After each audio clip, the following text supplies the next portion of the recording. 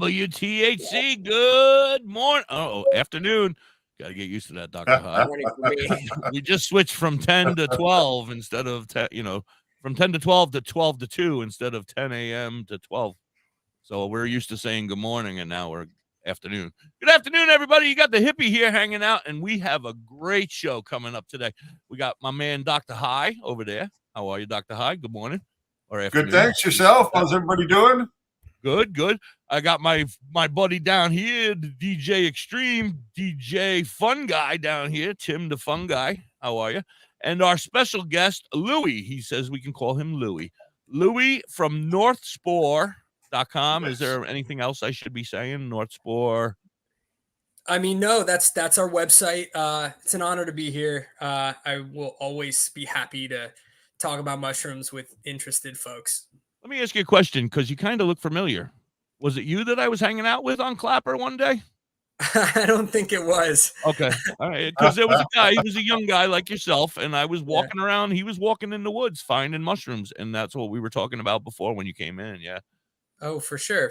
Yeah. I mean, foraging is definitely a passion of mine outside of cultivation. And I'm often out there in the woods. If you were in Maine, it could have been me, I guess. Well, I mean, I'm in Pennsylvania, but we were on Clapper. So, I mean, but he was like just going through the woods, and he was just pointing out things that were amazing and I never even knew were mushrooms. Like one thing actually looked like a rock, and I was like, and he was like, no, that's a mushroom. And then he flipped it over, and I was like, holy shit. Yeah, man. A lot of it is pattern recognition. You start training your eyes to see these things, and then all of a sudden they're just everywhere. Yeah. It's very true with mushrooms. Yeah. I never knew there was that many mushrooms in the woods. Like I have a few in my yard, the couple that grow out of the dog shit. No, and then the rest, Don't eat those. Don't eat those. Yeah. No, that's not the same as the ones that grow out of cow shit. Yeah, the cow shit, the horse shit, alpaca shit, that stuff is primo for growing, active species. But whatever's growing out of your dog, waste. Stay away from that. All right. And then I got this one weird thing that's hanging off the side of my tree. What's that one called? What? Oh, you got a mushroom off the side of your tree. Well, so a lot of, we'll dive right in. A lot of mushrooms growing off the sides of a tree, they're eating dead stuff. That's what they eat. The tree is dead. Yeah, it's dead. Right. Yeah. So they're saprobes. They eat dead stuff. And that's everything that we can cultivate at North Spore. Those are saprobes too. But a lot of other species that you see in the woods, they grow in symbiosis with trees, and those are called mycorrhizal species.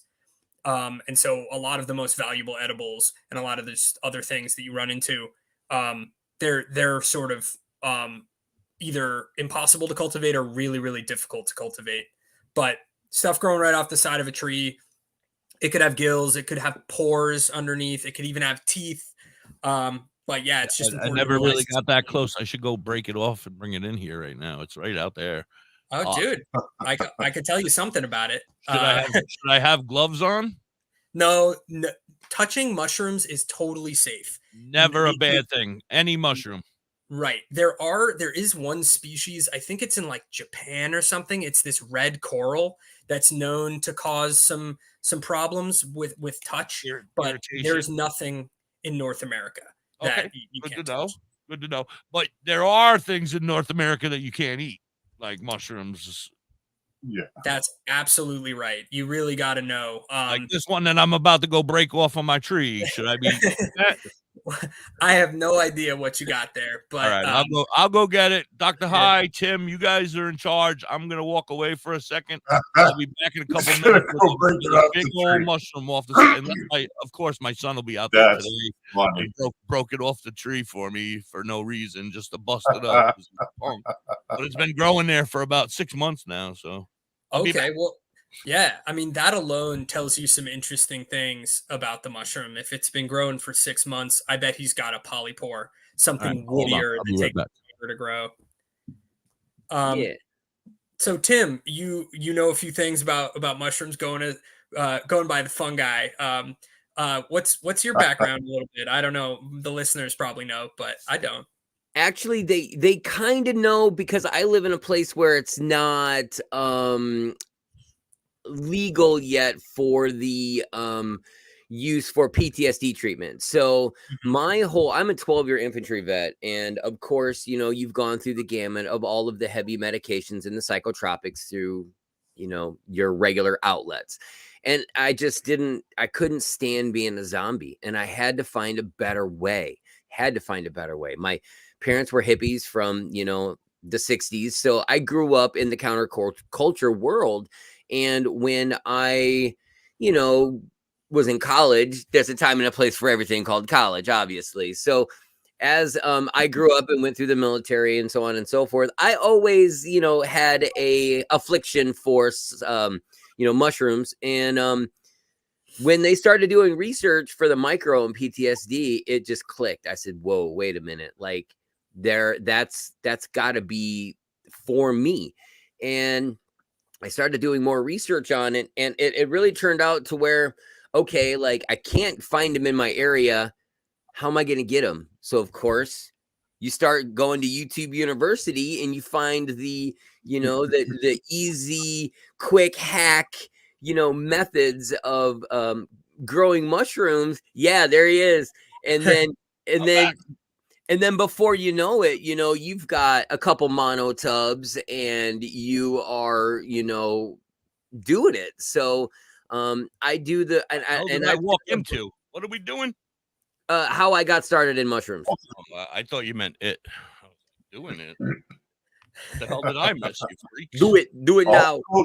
Doing it.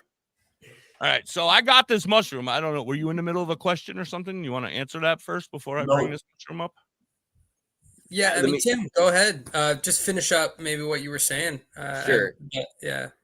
So then, I started doing the research, and I started with the Uncle Ben's brown rice bags because, $3.50, sterile, ready to go, super easy. Didn't know if this was ever going to work in the first place. So I'm like, okay, I can get a spore syringe and just kind of try and see what happens. And the next thing you know, I'm busting out of them because, nobody told me that you get more than one flush out of a tub. And, I'm thinking, I need a few tubs and whatever. And the next thing you know, it's like, oh my gosh. So it really became a necessity out of necessity, how I got into the mycology. Cool, man. Well, before I respond to all that, it's a lot. Let's see what you pulled off. All right. Pulled off that tree, man. What do you want to see, the top or the bottom first? Top first, but bottom's very important too. Okay, yeah, I'm a little scared of the bottom. All right, here we go. You ready? Oh yeah. Okay. Yeah, I know what it is. Yeah. Yeah, and let's see the bottom. Yeah. So that's a polypore. It's called it's a Fomitopsis species. It's big, right? That's a big it's known, I think, as the red-belted polypore. I think that's what you have there. It took off part of the bark. Like it was so struck to the bark that the bark is still here. Yeah, well, you got to realize, you didn't just take the organism. You just took the fruiting body. The organism is still in its vegetative mycelial state in the wood, in the tree. In the bark. Yep. Yeah. So it'll reoccur. It'll come back. Yeah. Absolutely has the potential for that. So should I put it out in the yard again, or should I I mean, now that you have it, you can dry it and put it on your table, put it on your coffee table, or do whatever you want with it. Is it a nice specimen? Yeah, for sure. It looks like it's in should I clean it up? It's hard on the top, like it's crunchy hard on the top. The best way that you could preserve that would probably be to like stick it in a dehydrator on a really low temp and just make sure it's totally dry, and then you could like really wipe it down with a wet cloth and then lacquer it or something. And that would really preserve it well. I'll sell it to you. How much are they worth? Yeah. Diamond clear 2K pour. Yeah, I didn't tell you that's a $5,000 mushroom you got, right? And it's edible, hippie. It's edible?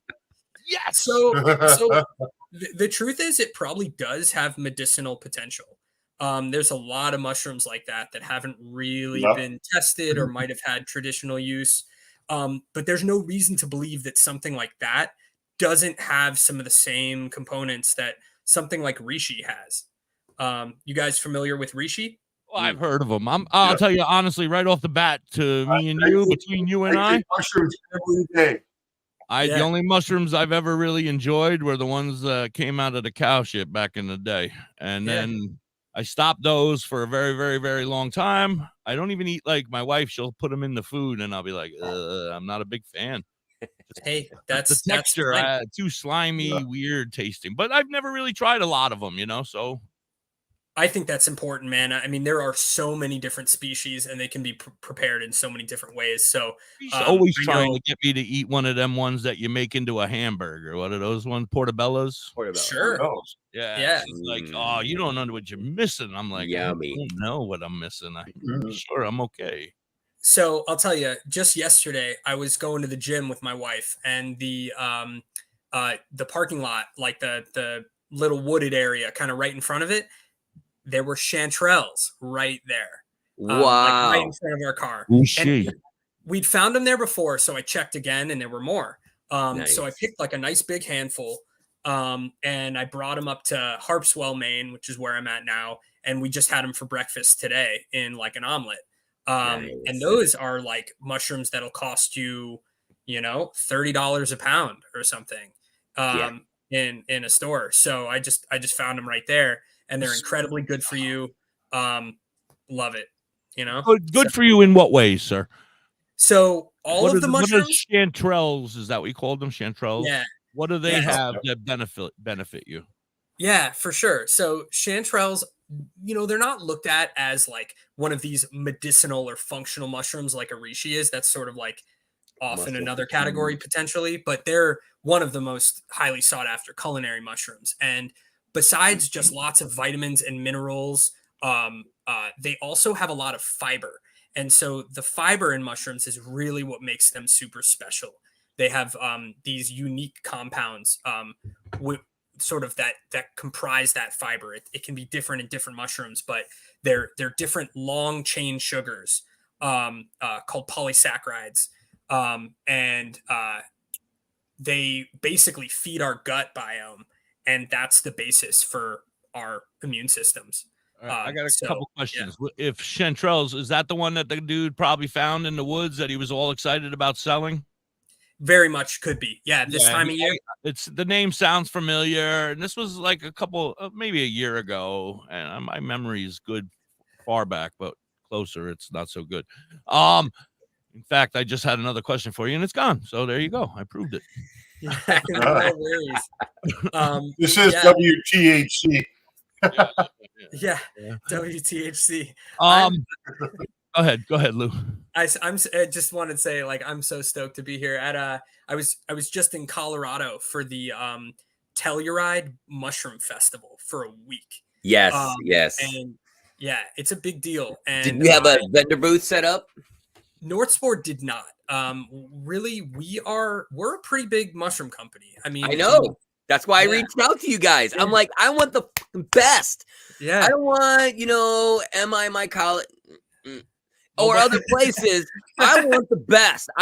And I said, you know what? I'm sitting here going, if I had to have, who would I want? Like, and I just, so I reached out through like a little ad that you guys posted, and I was like, man, let me try it. And then, I sent the contact. I am super happy that you are here. You may be excited, but inside I'm giddy like a little kid. I'm telling you right now. He's been giddy for like 3 weeks, 4 weeks now. He's been giddy. Yeah. That means so much. I mean, I can't believe that we talk to folks like you. We go to other places in the country and people know who we are. We're just in this like little corner in Maine, very small community. Very it's small. all about quality. It's all about quality and customer service is always your best, as long as you take care of your customer and you give them a quality product, they'll come back and they'll spread the word. And that's how we've positioned ourselves sort of as really this premium product. And we've got the best customer service around. You nailed it. I mean, that's it right there. Yeah. But a great educational component and really good quality customer service. And you got a winning business, especially in a space that not a lot of people are highly educated in. Right. So, I would definitely agree with that. Mushrooms are kind of the same way. It's a space that there is a lot of interest coming into about the potential health benefits of the inclusion of mushrooms, but not a lot of people understand them. So when you can give them the education to understand how beneficial they are, and then provide them with the tools to produce them for themselves at an affordable price and under conditions that they control and understand, it's a blessing, right? What you're doing is awesome.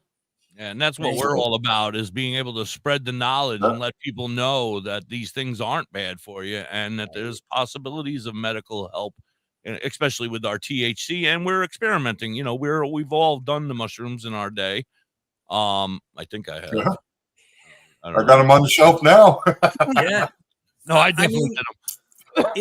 It's deeper. It goes as deep as saying that these things are fundamental to our health. You know, not just saying it's good for you, but it's like an entire food group, you know, that people neglect. Yeah. It's an entire, It's like all my life, you know, like I've never heard of mushroom. I mean, mushrooms, yes, but you know, like the canned ones that my mom used to put in the sauce or the portobellos, you know, and there was nobody ever taught me about anything else. Stay away from mushrooms. Stay away from the mushrooms in the woods. Don't eat the mushrooms in the woods. Well, I think that's a big part of it right there, right? That's all I ever heard. Yeah, because when you don't understand, you can't take advantage of the foraging aspect because some mushrooms are really not good for you to consume. And how do you, as a layman, know the difference, right? Yeah. So you're stuck with what's in the grocery store and not able to take advantage of what nature's providing itself, right? So by giving people a controlled environment, which you can give them, you're providing access to. Yeah, absolutely. You know, it's kind of meeting people on so many different levels that has really been changing our culture. These mushroom festivals are part of it.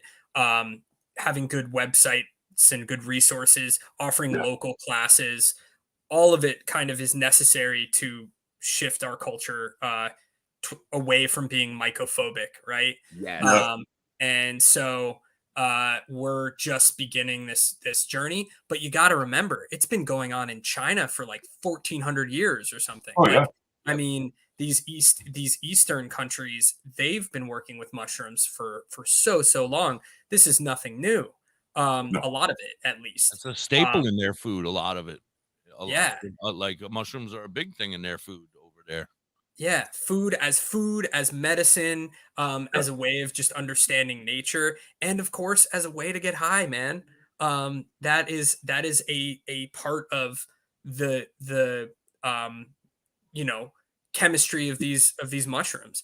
The way that and I'll just say that the way that Spore works, I want to give like a quick rundown. We started as a fresh mushroom farm, and then there were 10 people when I joined 6 years ago, and we really started to diversify. And then when the pandemic hit, we pivoted completely to being a mushroom or a mycology supplier.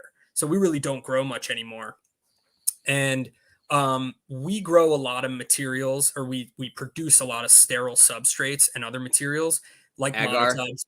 Yeah, agar, other lab tools. You know, Tim, you mentioned monotubs. Monotubs are a huge part of our business.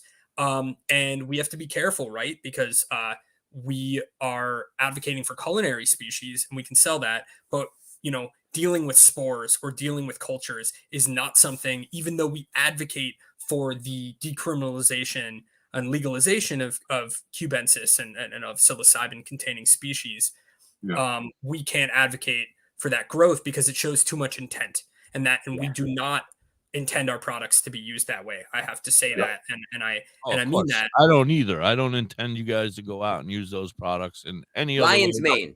But I'm growing lion's mane. That's it. We're growing lion's mane here. Let's talk about that, because you say you grow more than just the ones that make you feel good, right? You grow all these other ones. So give us some ideas of some of the other ones and like what they do, you know, like. Tell them about the sawdust bags. Those are so awesome, dude. So like the way that Spore really thinks about things now is like, we want to be a one-stop shop, and we want to be able to bring someone into sort of the ecosystem and guide them through their mycological journey and help them get to wherever they want to be. You know, like some people they want to get to a commercial level, but they're starting from zero, and so we want to be able to get them there.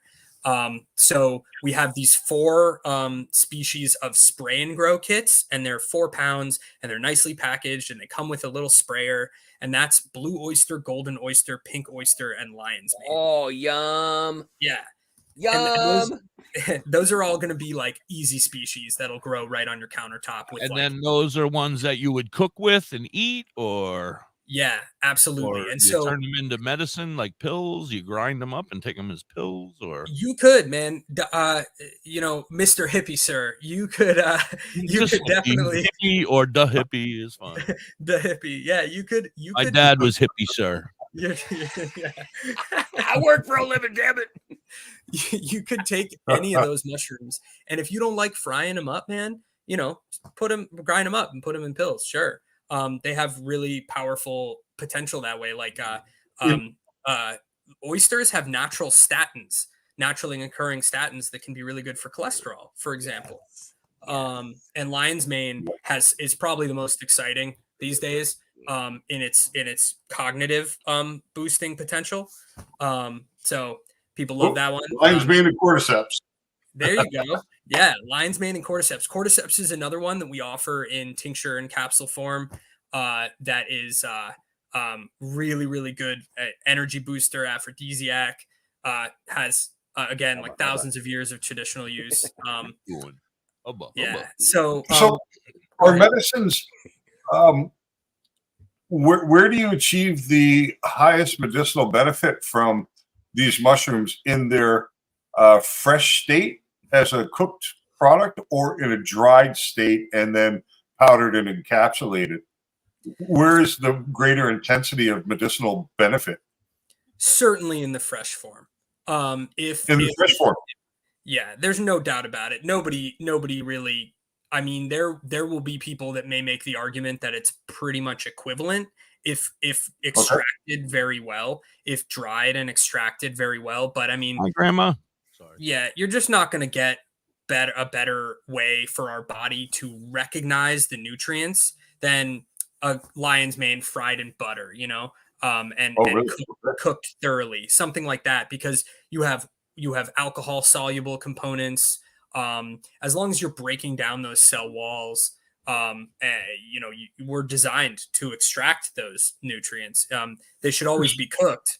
But right. Drying and you undercook, is there bad things? Like if you undercook something, is it bad? Or if you, I guess overcooking wouldn't be bad, but like some of these mushrooms may lose their dangerous stuff when being cooked, or yes, that's very true. There are a number of mushrooms, a lot of them actually, that could cause some gastric distress or like a little bit of some issue if they're not cooked enough. Some mushrooms are even quite poisonous if they're not cooked enough.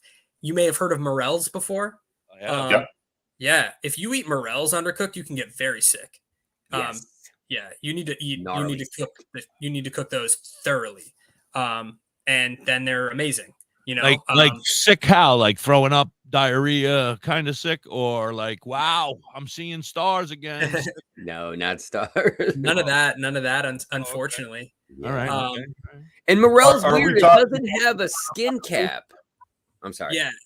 No, you're right. They don't. So morels are ascomycetes as opposed to basidiomycetes. So you have 2 phyla that primarily, like most of your mushrooms, your larger mushrooms, are coming from, and they're pretty different in the way that they procreate and form. Whenever you see like little leathery cup mushrooms or something like a morel, they are producing these like egg sacs, and they're producing spores differently, and so those are the one big ascomycete that we eat a lot of. When you talk about porcinis, chanterelles, button mushrooms, all of those things are basidio. Right.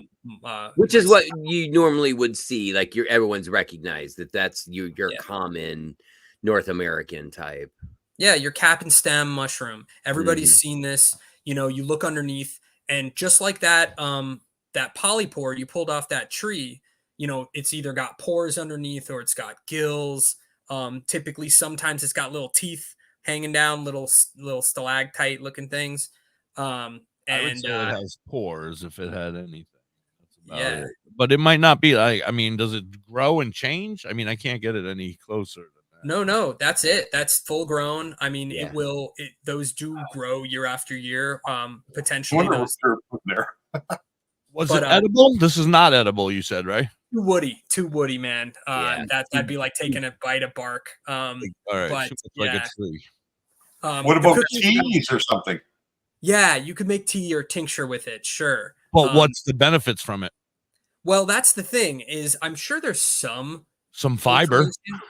Yeah. If it's I mean, I'm woody. sure there's some information there, but it's not like Don't know. commonly. It's Yeah, not, one, it's commonly not used. one that everybody's going after. So No, no. damn it, I can't sell it. Yeah. Sorry, man. All right, it's okay. I thought I was rich. I've been saving. I've been watching them grow for a couple years. I mean, a couple months now, and like this one's Yeah. getting big. I don't know what it is, but when North Spore gets here, I'm taking it. Yeah. I mean, we've had a great mushroom season. I don't know about you in Pennsylvania. You guys are in a great place for mushrooms, and it really is like ground zero, probably in the country. You would probably freak because I live in a cul-de-sac and I got no houses around me, and it's all woods.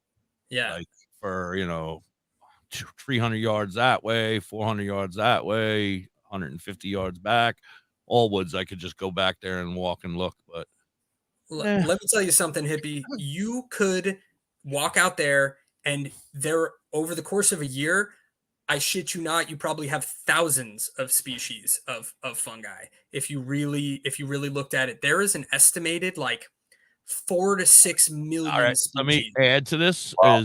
Is water a better area for mushrooms or not? Like a wet area, or is it better for dry areas? Wetter is better to a point. If I things live on a swamp. Yeah, if I things are live like on a swamp, so- anaerobic, if things are like underwater, that's not good for them. Right. No. Usually we talk about field capacity.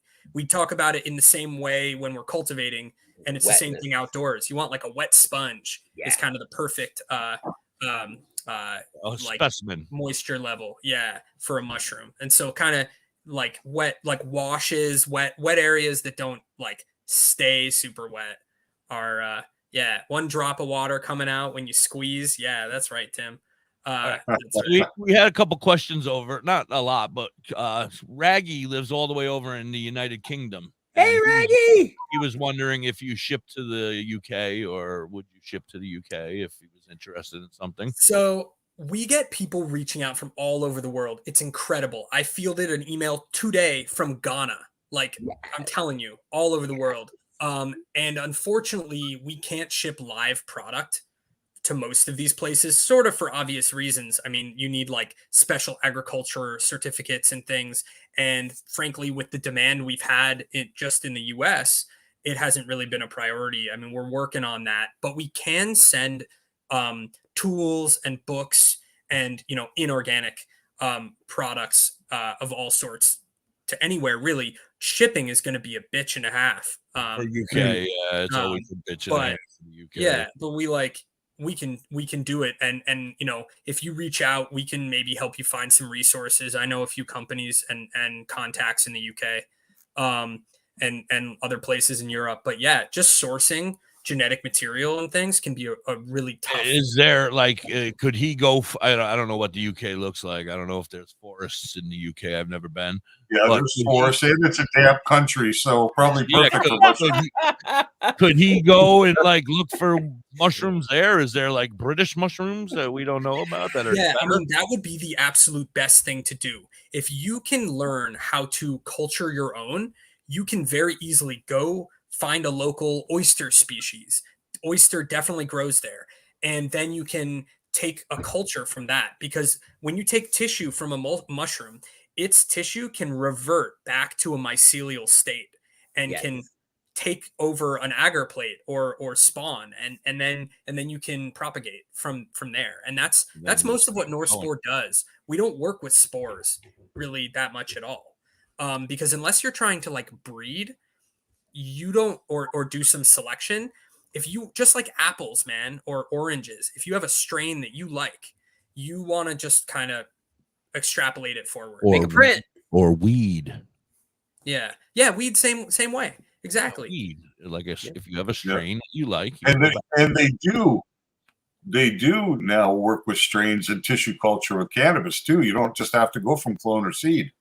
They are working with tissue culture, which would be the same idea as what you're talking about with the mushrooms. Yeah, splicing.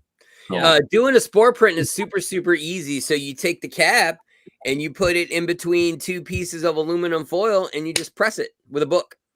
And then you take your book off and you peel off the top layer of your aluminum foil and you take your mushroom off, and all of the spores underneath on the gills have now fallen onto the aluminum. And that is what you create your syringe or your agar cup from a piece. And super easy. Like, I mean, and they stay, I don't know how long a print would usually last, but a couple months or even a couple years in a warm, in a cool, dry place. Yeah, spores can last a really long time, 100%. And then it really is that simple. You take a cap of a mushroom and the spores are in there, and tinfoil so is. If I went out into the woods, I'm sorry, I didn't mean to cut you off, but that's what I do. If I go out into the woods and I find some chartels, and I bring them home, chartrels, I'm sorry. If I bring them home and I do that, I can continue to grow chartels forever. Yeah. No, you can't, because those are mycorrhizal. So those species, chanterelles, people are working on chanterelles a lot because it has a lot of value. But really, you need to grow a forest. They have these special, because if somebody could just grow them, then why would that guy have gotten a hard on when he found a whole log full of them?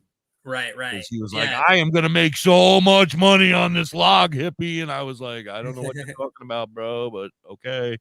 Yeah, people are working on that, but as of now, those can't be cultivated reliably in any sort of way, and that's what makes them so special when you get out there. In Maine, we have a lot of woods, and going into fall, we've got hen of the woods coming out, maitake. We've got matsutake, which is extremely valuable in Asia. We've got bluets. We've got all these lion's mane growing wild. Now, if you find some of this stuff, like the ones that you just said was valuable in Asia, if I could find that here. Yeah. Well, where are you? And I ship. I'm in Pennsylvania. Yeah, He's trying to make some money. Can I ship them to China or Asia, or wherever and they'll buy them off of me? I'm sure that some of that happens. I bet you could, man. In Japan, they give them as. I just gifts. Contact North Spore and let them. They give them as gifts, really. Yeah, that much value. Right, sort of like they do with like a really nice like wagyu antelope or something. Yeah. Like they give them as like it used to be a royalty thing. And so they're rated on a scale of 1 to 7. These matsutakis, and if you have ones, at one point when the population of matsutakis in Japan collapsed in the 90s, they were going for like $300 a pound. Wow. Yeah, there was a moment there. And so I want everybody to know. I'm sorry, not to cut you off again. No, I want everybody in here to know that, we're not talking about just the regular mushrooms that you had when you were in the 60s and the 70s. We're talking about all different types of mushrooms and their value and how healthy they can help you. Nobody knows that there's so much medical. And so, I mean, keep going. I'm not even doing commercials today. Fuck it. Yeah. I'll do them later. I'll make it up. We'll have like a 35-minute block of commercials. I'll make the fun guy. God bless it. The fun guy will have an hour of commercials later tonight at 1:00 in the morning. And we got to make them up. We'll just let it run. Yeah. Keep playing them over until we catch up, and then we'll be good. Hell yeah. All right. So, go ahead. Well, so I mean, the wild stuff is incredible. It's really sort of a bummer for me getting back a little bit into the wild active stuff. We've got one species that we did try and propagate it once. It's called Psilocybe quebecensis, and it's really likes the cold weather, and it's out here. It's kind of rare, and it's not supposedly very strong, but We don't have cubes. We don't even have ovoids. Are you guys familiar with ovoids? Yeah. Wow. They stop in like Connecticut or something. Like we don't You're really really you're probably really rocky and sandy substrate up there. So I can see that not being. I live in Northwest Indiana. So I'm on the bottom of Lake Michigan. It's very, very soupy, in the spring when it's, prime optimal season. Morels are everywhere here. I trip over them. I kick them because they're just, I know, sacrilege, but they're everywhere. Like it's almost at a point where it's an inconvenience. Oh, doing sacrilege things while North Spore is here. Because I take my monotubs after they're done fruiting and they go out to the flower beds. Mm-hmm.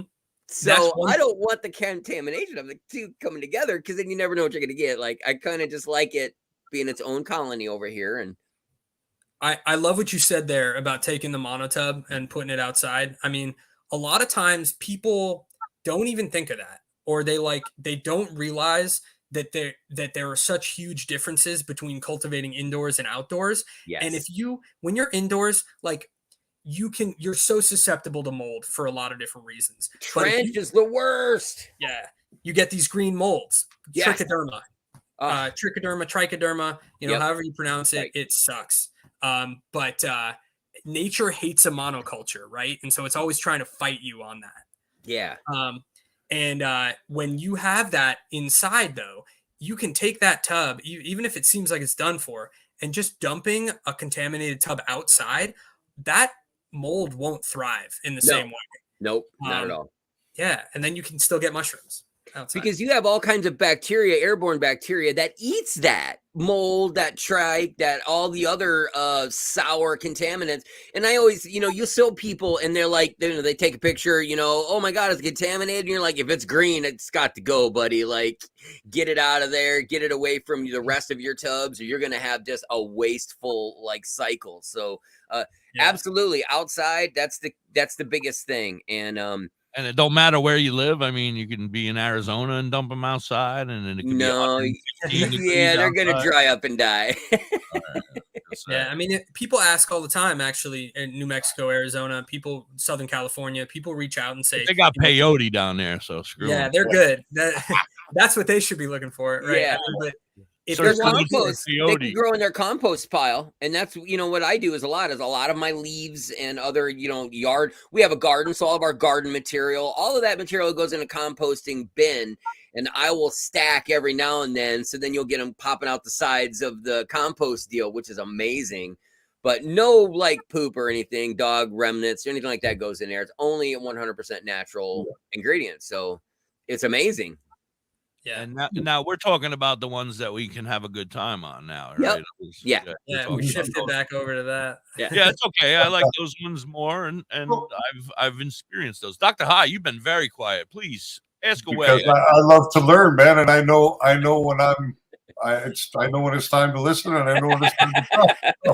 I don't know when it's time to shut up. I'm really curious. It's possible to forage, but how do you gain the knowledge to do so safely for both beneficial and perhaps for the other side of it, ones that you can have some fun with? Is there any way that somebody can be safe when doing something like that? Well, I'll tell you, I got a really scary tool. This freaks a lot of people out. It's called books. Yeah. I write books. I don't read them. Yeah, I truly though, the books are not good enough by themselves, because I'll tell you why. I mean, they disagree all the time, and there's a lot of confusing information in the books, so it's important to have more than one. It really is like a triangulating thing a lot of the time, and there's so many species that you're going to be missing a lot of stuff in one book or another.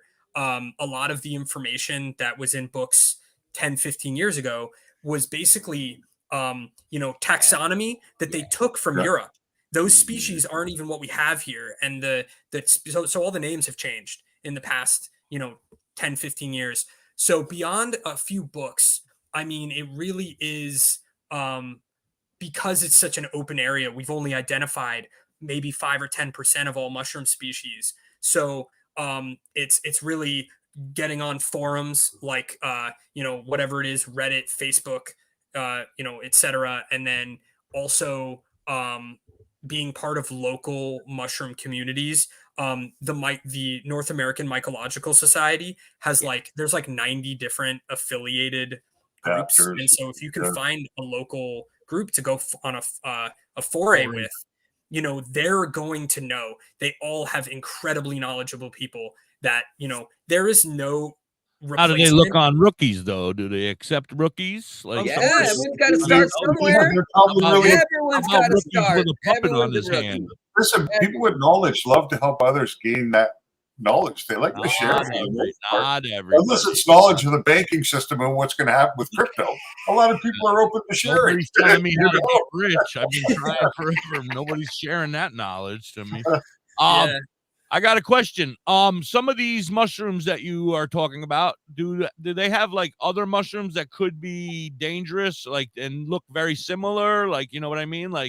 Something that's missing, a couple little dots on the top, it's good, but if it had the dots on the top, it's really, really bad, or something like that. I'm just asking. Sure, man. I mean, there's lookalikes for sure, and with the untrained eye, some things that really shouldn't be mistaken. When I go out foraging, I want to make sure I'm not grabbing the wrong ones, making an ass of myself trying to sell them to the Asians. So I got a story. Yakuza coming fucking you up, or son.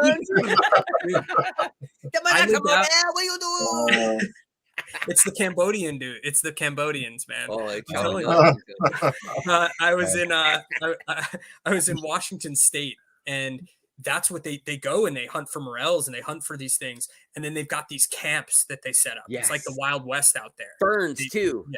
Yeah, and they sell to bigger buyers, and that's how all the wild mushrooms get distributed in the country. It's like out in Washington and Oregon. It's crazy. So you don't know how right you are. In Washington and Oregon. Yeah. I've got a question for you. Yeah. Hey, have you seen the truffle infused shrubs that they're growing out of a farm in Washington? I know you probably know what I'm talking about, because Hippie, you want to make money. $300 for a half of an ounce of black morels.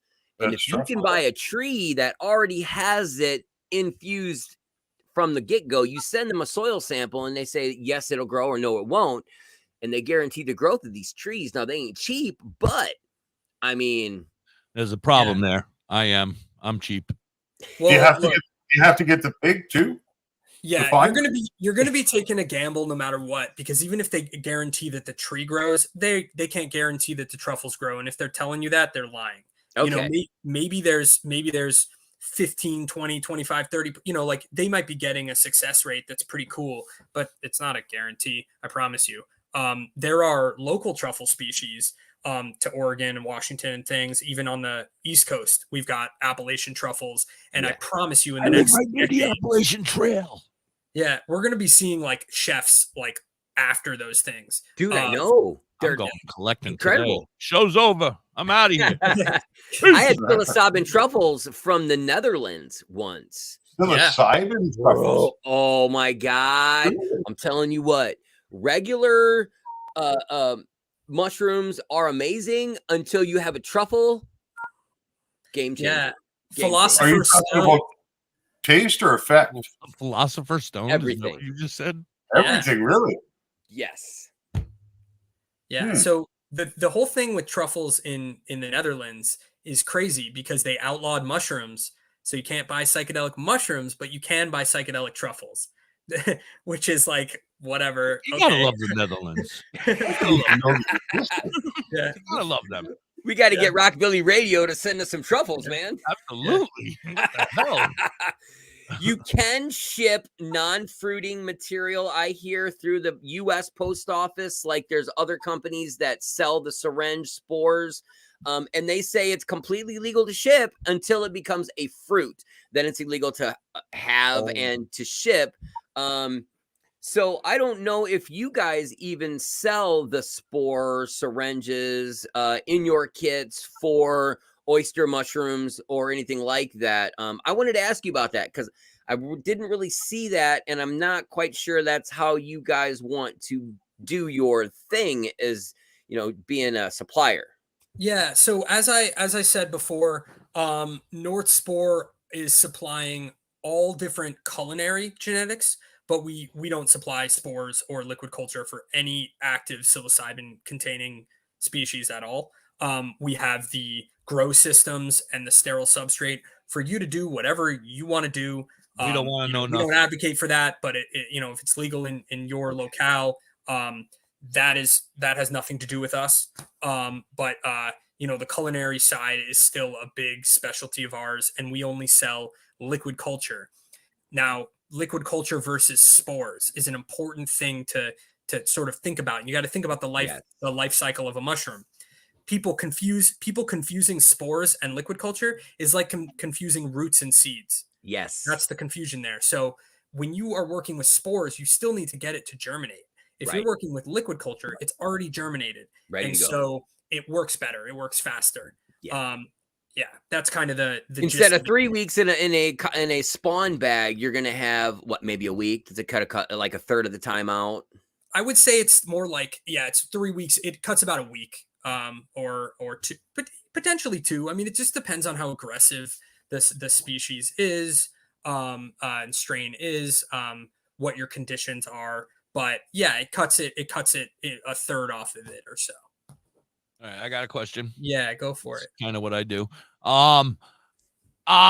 So we've been talking about all these wonderful culinary mushrooms, and I want to know, which one would you say is the best one for like all the benefits? Like if I had to suffer and say, all right, I'm going to start taking mushrooms because everybody's telling me they're going to make me healthy. With their magic and absorbing flavor.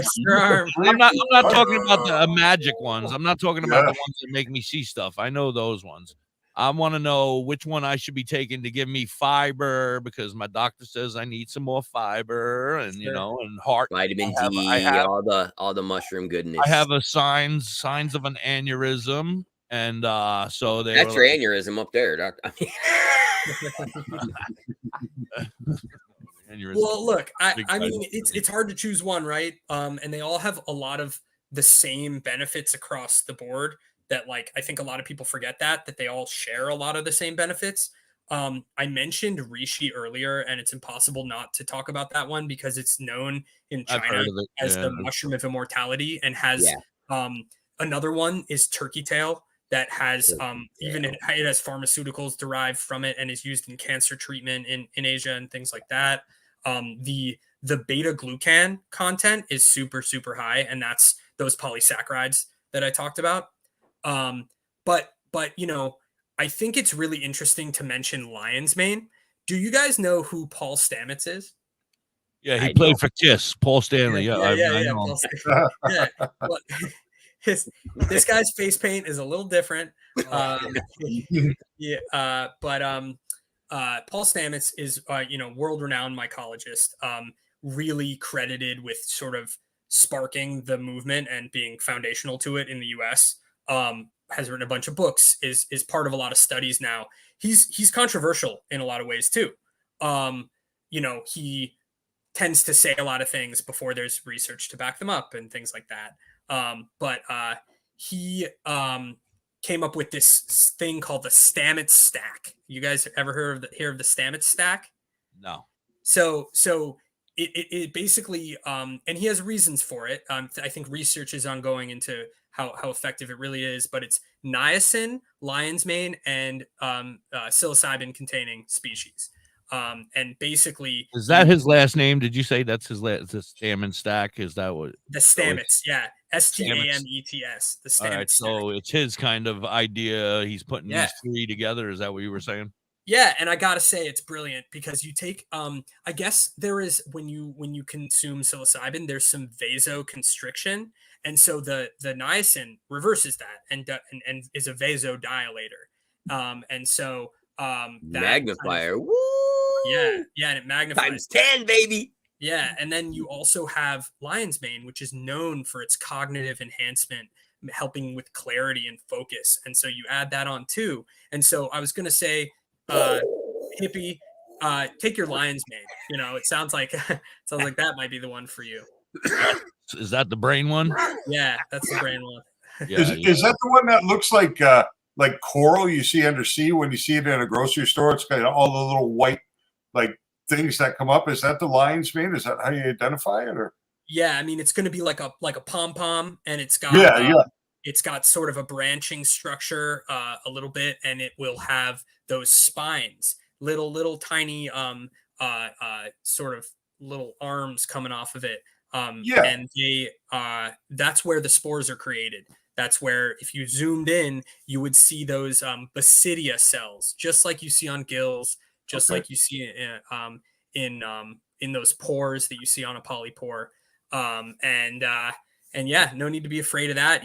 You can make the best crab cakes, best vegan crab cakes ever with something like that.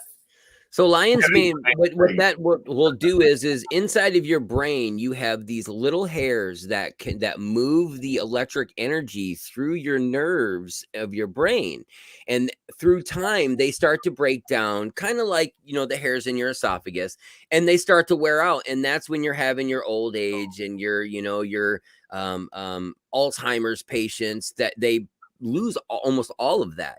The lion's mane actually helps reform connections between those little hairs in your brain and the nerves. So that's why the lion's mane is so good for your brain. It actually re-heals your brain. Yeah. All right. Question. Now, I know I'm pretty sure you said this earlier, but you're saying that, like, if I were to take lion's mane, you want me to eat it more than to take it as a pill. You can do both, man. I mean, whatever works for you, whatever's going to get you. I think that I would be able to handle it as a pill, but Mrs. Hippie's cooking is horrible. And, and to have her work with something that she doesn't know is even worse. Sure. Chop it up, put it in a salad, bro.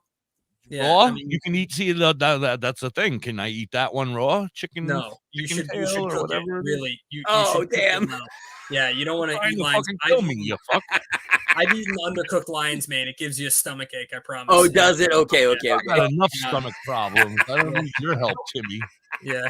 You said something earlier, and that kind of try it once at least. I kind of thought about it. We didn't go any further. You were saying that some of the beneficial components inside of mushrooms are solvent and alcohol.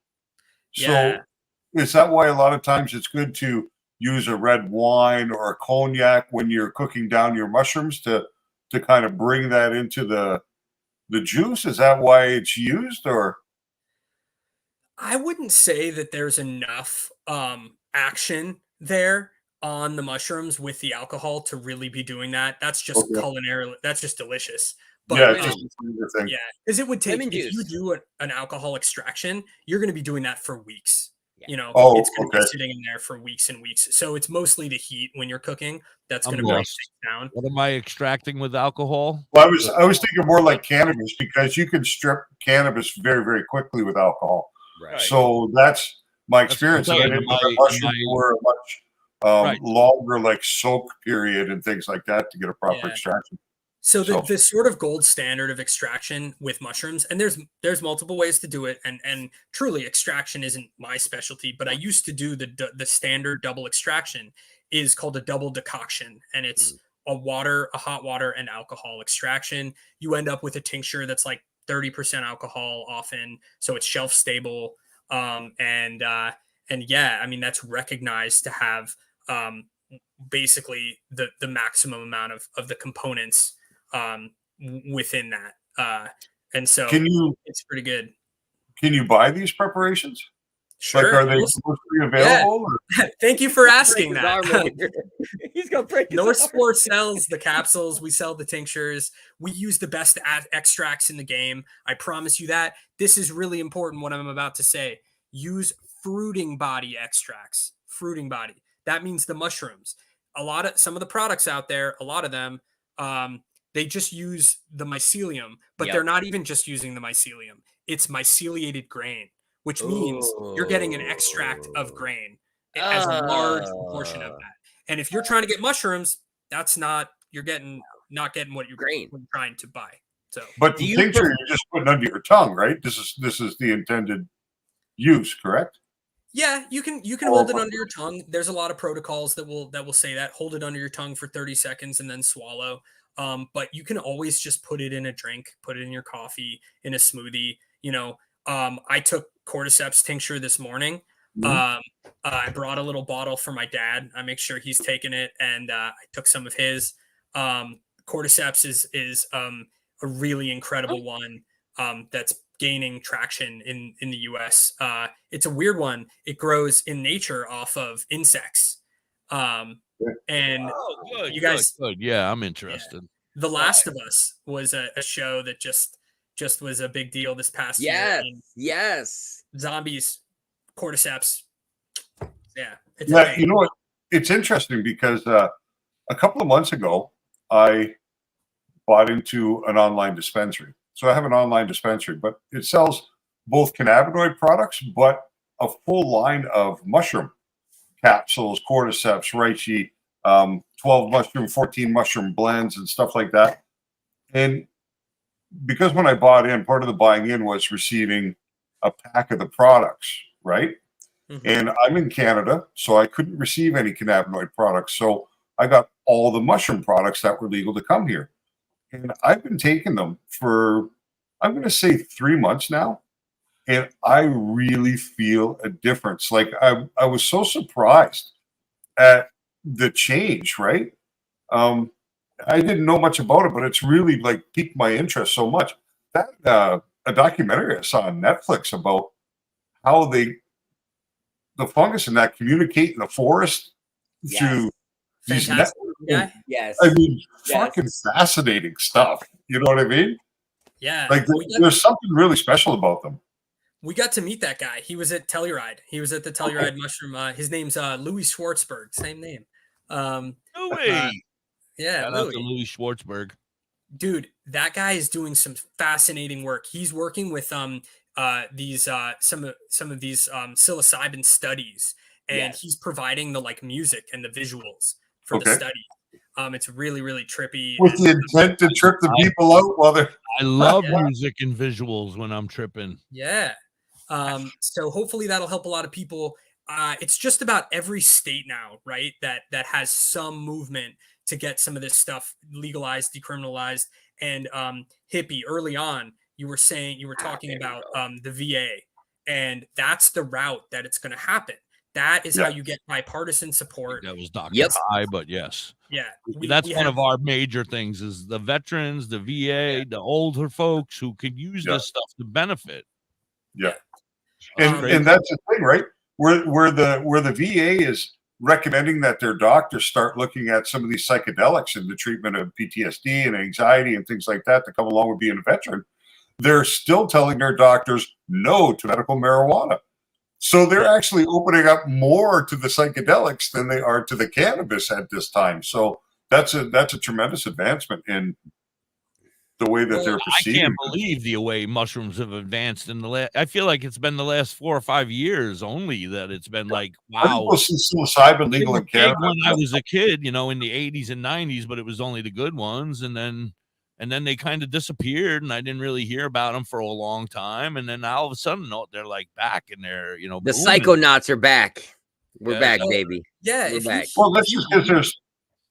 If you read some of those studies from Johns Hopkins, NYU, I mean, the like most legit institutions in our country. Yep. I mean, essentially, I mean, it's the results that they're getting. You don't get those results with any drugs that, these results are incredible, and but it's very difficult to test, right? Because there's a component that is referred to as integration.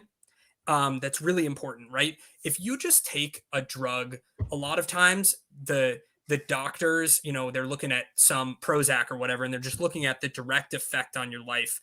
But there's with psychedelics, you have to know how to process the experience, right?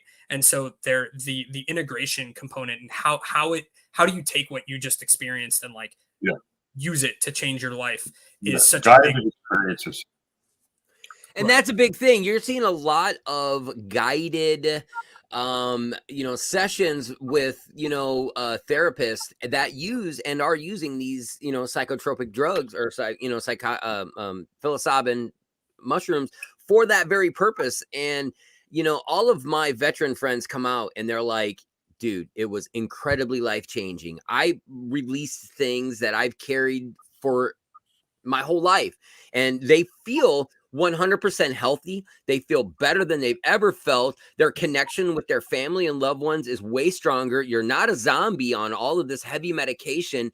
I'm telling you guys, this like in this room, but everyone who's listening, it is absolutely the miracle cure for pretty much a lot of things that ail you. Don't be And they scared. say sometimes just one experience Yes. can have this positive outcome where you don't have to be on these medications for years on end to achieve the result that potentially can happen in one treatment or one experience done properly. So Yeah, I had another really, really special experience this summer. So a few months ago, I went to the Psychedelic Science Conference in Denver. Oh, yeah. And that was biggest psychedelic science conference that's ever happened in the world, dude. It was 12,000 people. wow. It I was watched massive. coverage on it. It was incredible. It Yeah, was like SEMA for the mushroom world. It was insane. Yeah. And you had everybody there, everybody who's in the scene. You had sort of, it was like a little Burning Man inside of it. Yeah, like even, sponsored by, believe it or not, Dr. Bronner's, the soap company. Yeah. Yeah. They're a big psychedelics like support. They psychedelics is like their cause. And so, while we were there, I made a lot of connections. And one thing that you realize very quickly is like a huge proportion of the people attending this thing are like psychiatrists Yes. and like palliative care specialists and things like that. I mean, the potential to help people with end of life, acceptance and care is just really meaningful to me. And I want to see research on like mentally challenged people. I was just going to say, has there been any research on autism? Yes, I want to see that happen. I want to see that. There's talk about that, and another one is epilepsy. There's been talk about. So for 2 days before the Psychedelic Science Conference, there was something called the Mushroom Summit, and that has never happened before. And it was much smaller. It was only a few hundred people, and it was like invite only to like for mushroom companies. And truthfully, the people who invited us were sort of these upstart guys nobody had ever heard of, but it was really good. I mean, I'm glad somebody did this, and I think it can evolve into something special. They really just had a lot of money, and they're getting into the functional mushroom game. Everybody wants to be in the psilocybin game too, ultimately, I think. But these functional mushrooms also have potential for things like epilepsy. And they had a study that they wanted to get everybody in on. At the end, they had this girl who had these awful seizures. They had her mom give a presentation and talk about how these functional mushrooms have helped her, and that they want to get some real research behind that for epilepsy. And so like the stakeholders are coming together on these things. It's happening. You have companies, going back to something you said earlier, you have companies now out of Colorado, especially, that are selling fully colonized, ready to grow spawn bags. I saw that spawn bags for psychedelics now. Yeah. I mean, at this point it's open. Yeah. That stuff is going everywhere. But again, we for a bunch of reasons, North Spore is keeping our nose clean of those things. We have federal loans. We have like 65 plus employees. We're a lot bigger than a lot of these other things. And so as the scene grows, we still benefit. Yeah. I told you I wanted the best. You got to walk the line, right? Well, it's still illegal. Plain and simple. When you're a business, you can't jeopardize your business. Right. Totally.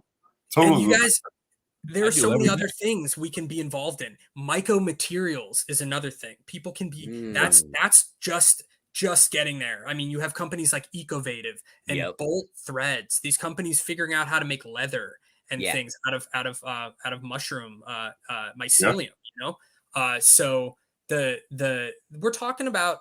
I love that there are so many different areas because we're talking about an entire kingdom of life.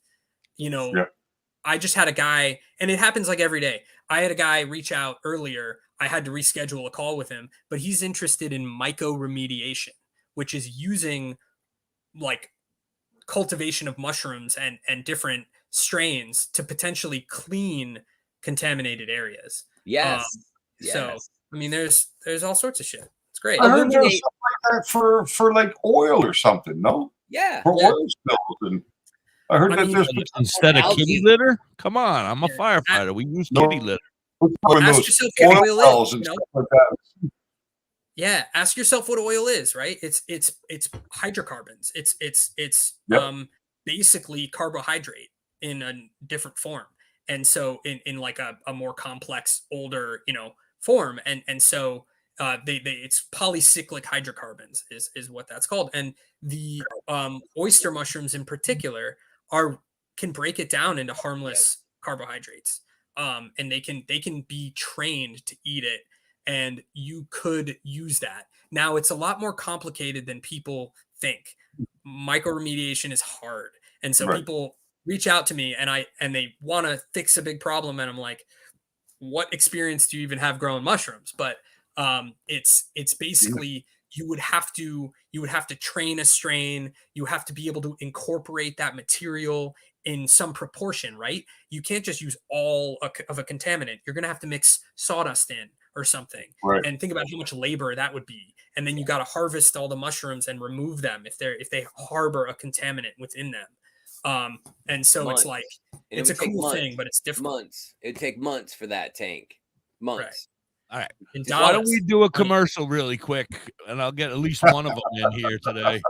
And then you guys can go take a piss or do whatever you got to do, and we'll be right back. You're hanging with the hippie and Dr. High, and we got the Fungi and Louie from North Spore hanging out, having a great time. I appreciate you, Lou. Thank you so much for being here. All right, see you soon. Okay, man. They're all good. If you got to go bathroom or anything. Yeah, I'll be back. I'm just going to take this minute to say hi to everybody in the chat. Sorry, we've been so involved in the last few days. We have not been. We haven't been able to talk to nobody. Yeah, we haven't really been interacting with you, but I mean, seriously, our apologies. But I think there's just so much interesting information coming out of the last few days. I haven't even begun to scratch the surface of the questions that I have. And like, I honestly could sit down with this guy for a whole day. And just, I mean, I would love to hang out with Louie because I want a job with Louie. Maybe Louie's hiring. No, I'm not moving nowhere. You can move to Maine. No, I'm not moving up there to Maine, man. I've been looking at a production supervisor's job around here at a place called Highline Mushrooms. I might move to Canada. I miss Canada. I might move back there. Grow, play, and learn. I'm not moving to Maine. Gas is like $14 a gallon. 1 in 6 kids in the U.S. are hungry. 1 in 6. I'm curious about mycorrhizae that we use for transplanting and stuff like that's all about. I never really understood it. School lunch will be her so only you would take a little piece of it breaks my heart that this is the reality in our country. But it's something that Feeding America and is then an agar cup is a very small Feeding America network of food banks rescues that's filled with agar, which is a gelatin type this food is then provided to families and children in need. Put it in the agar and put a lid on it, and it will learning and having in fun. the agar. These so children shouldn't have to miss out on simply being a the kid. Agar cup you can put right into your. To find out how you can help end childhood hunger in your community instead of a different type of brought to you by Feeding America. So that's how you would. Are you in the mushroom is used in the New York area? Revamp your space with a live cutting, our live slicing, like a little live piece. Flash colored your world. I had one under here, and the funny thing is there's an air bubble in it, and it actually grew a mushroom in it. Space to whatever your heart desires. A little baby mushroom inside the boring beige and hello to possibilities of bright and vibrant colors. The Collins, Pete, and team are a group of skilled professionals. So, Hey Louie, what your spawn bags? What do you guys use? Do you use popcorn or do you available Monday through Fridays, 8 a.m. to 5 p.m. Saturdays, 9 a.m. to 5 it's p.m. millet and wheat. 4-5. Okay, millet wheat. That's a good one. I like the wheat, the cracked wheat. I always worry. Badger heart. I always worry about contamination in spawn bags. That's why I never did the jars where you got to steam them and all. It's just, it seems to me very risky, right? I mean, if you can have a flow hood at home, and I have one. If you can work within that, if you have good jars and good ports and stuff, I mean, it works. People do it all the time. Yeah, absolutely. Good spawn is the key. It really is. Good spawn is the key. 1535. We're on TikTok or Facebook at Badger Heart Puppetry. Are you able to ship tinctures into Canada? Why don't we take a ride? I think so. Yeah. I Doc, think maybe. What's in Doc? I would have to look. I would have to double check a list of things we can and Well, I can't thought you send. hang out with them on but I Facebook and on think TikTok. Maybe we can send That's only tinctures. on Mondays, Let me look here. Tuesdays, Saturdays. Yeah, 'cause I'm interested Today in- I want to go there and pick up all my. I really like taking the Yeah, mushrooms. I had a question about that. Is that the tinctures that would that be for the ones that I love? No, for Oh, shit, no, they're we just can't. the oral. No, not the psilocybin We tinctures can't or ship. something. We can't ship tinctures to Canada. It sucks because WTHC, we're back hanging out. We got Dr. High and the Fungi and Louie, and we're talking about sucky things like not being able to sell the same tinctures to Canada. Blame Canada. it does suck, dude. I mean, we get Dude, our I froze. exports from Canada, so it doesn't even make sense that You we can't. can't, but I can, right? So Right. if you send it to me, I can do whatever the fuck I want. I mean, Well, truthfully, all the mushroom products that I sell cross the border, yeah. so that's why I'm curious, right? I think that we have been, it's sort of the same thing. We stopped selling our spawn to Hawaii until we can get certain levels of certifications. Are other companies doing it? Yeah. People don't give a shit. And the government isn't on top of it. How can they be? Why not? But we're just trying to be at our size, we get more scrutiny. So I think 60 families you got to take care of, bro. Yeah, I think it just has to do with that, with just we're actually looking at all the rules, and according to the rules that are in place, there a lot more things that are not allowed, that we just do, that other people just do. Fine, of course we were doing it for a long time, and just recently, as we've had more people devoted to logistics, they are looking into the nitty gritty of it. Huh. I didn't think the stuff like lion's mane and that would be controlled to cross the border, especially if it's a alcohol extraction, right? It's You know what? Yeah. I would have to. I have my colleague Noah would have to be the one to talk to. I think it's crazy because listen to this. We can sell I don't know why, but we can sell a grow kit that has a living organism in it to Canada, but we can't sell a sterile substrate that is supposed to be sterile and right. it has grain in it. I mean, I think there are some things about that make some sense. It could still be harboring something on grain that it's an agricultural product. It's still bonkers. Yeah, because they're really tough on the agricultural stuff going across the border. I know that. So I don't know. That's the way it is for us, and we'll work on it. But as long as you're doing it and you're not getting any hassle for it, man, more power to you. Yeah. Well, I have a question. Of course. So my friend Dr. High here has those pills, right? And you say that this stuff is fairly easy to continue growing. Would he be able to, and this might be a stupid question, but would he be able to open up one of his pills and be able to grow from that, pour it into a cup or something and start growing it again? Or because he doesn't actually have the mushroom mycelium or the spores. He just has an extract. Yeah, and so an extract isn't gonna have any of the ability to do that at all. It's been processed to hell, essentially. So good, but I mean, not a bad question. It always gets back to kind of what is the extract, what are spores, what are just that basic understanding of the organism that takes a while to really get your head around. On northspore.com, do you have a mushroom identification page there where I can go and look? An app. You need the North Spore identification Google recognition app link, bro. I can see it now. Come on, man. Make it happen. Came up with that idea. We need it. We need You're it. not taking credit for that. I came up with that. The hippie in North Spore. That would be interesting, though. To be able to use your phone to snap a picture of a mushroom and then be able to pull up whether it's safe or not. What it is. There are a bunch of apps out there. Do they work very well? Nah, they don't. That's why we need a North Spore one. Come on.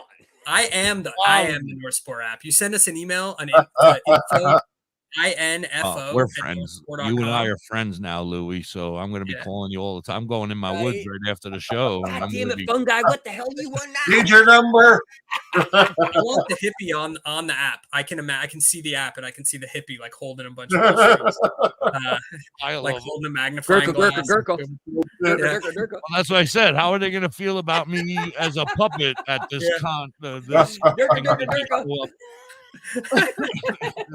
They're going to be all on psilocybin, and I'm going to be the fat guy walking around with a puppet on my hand at the convention.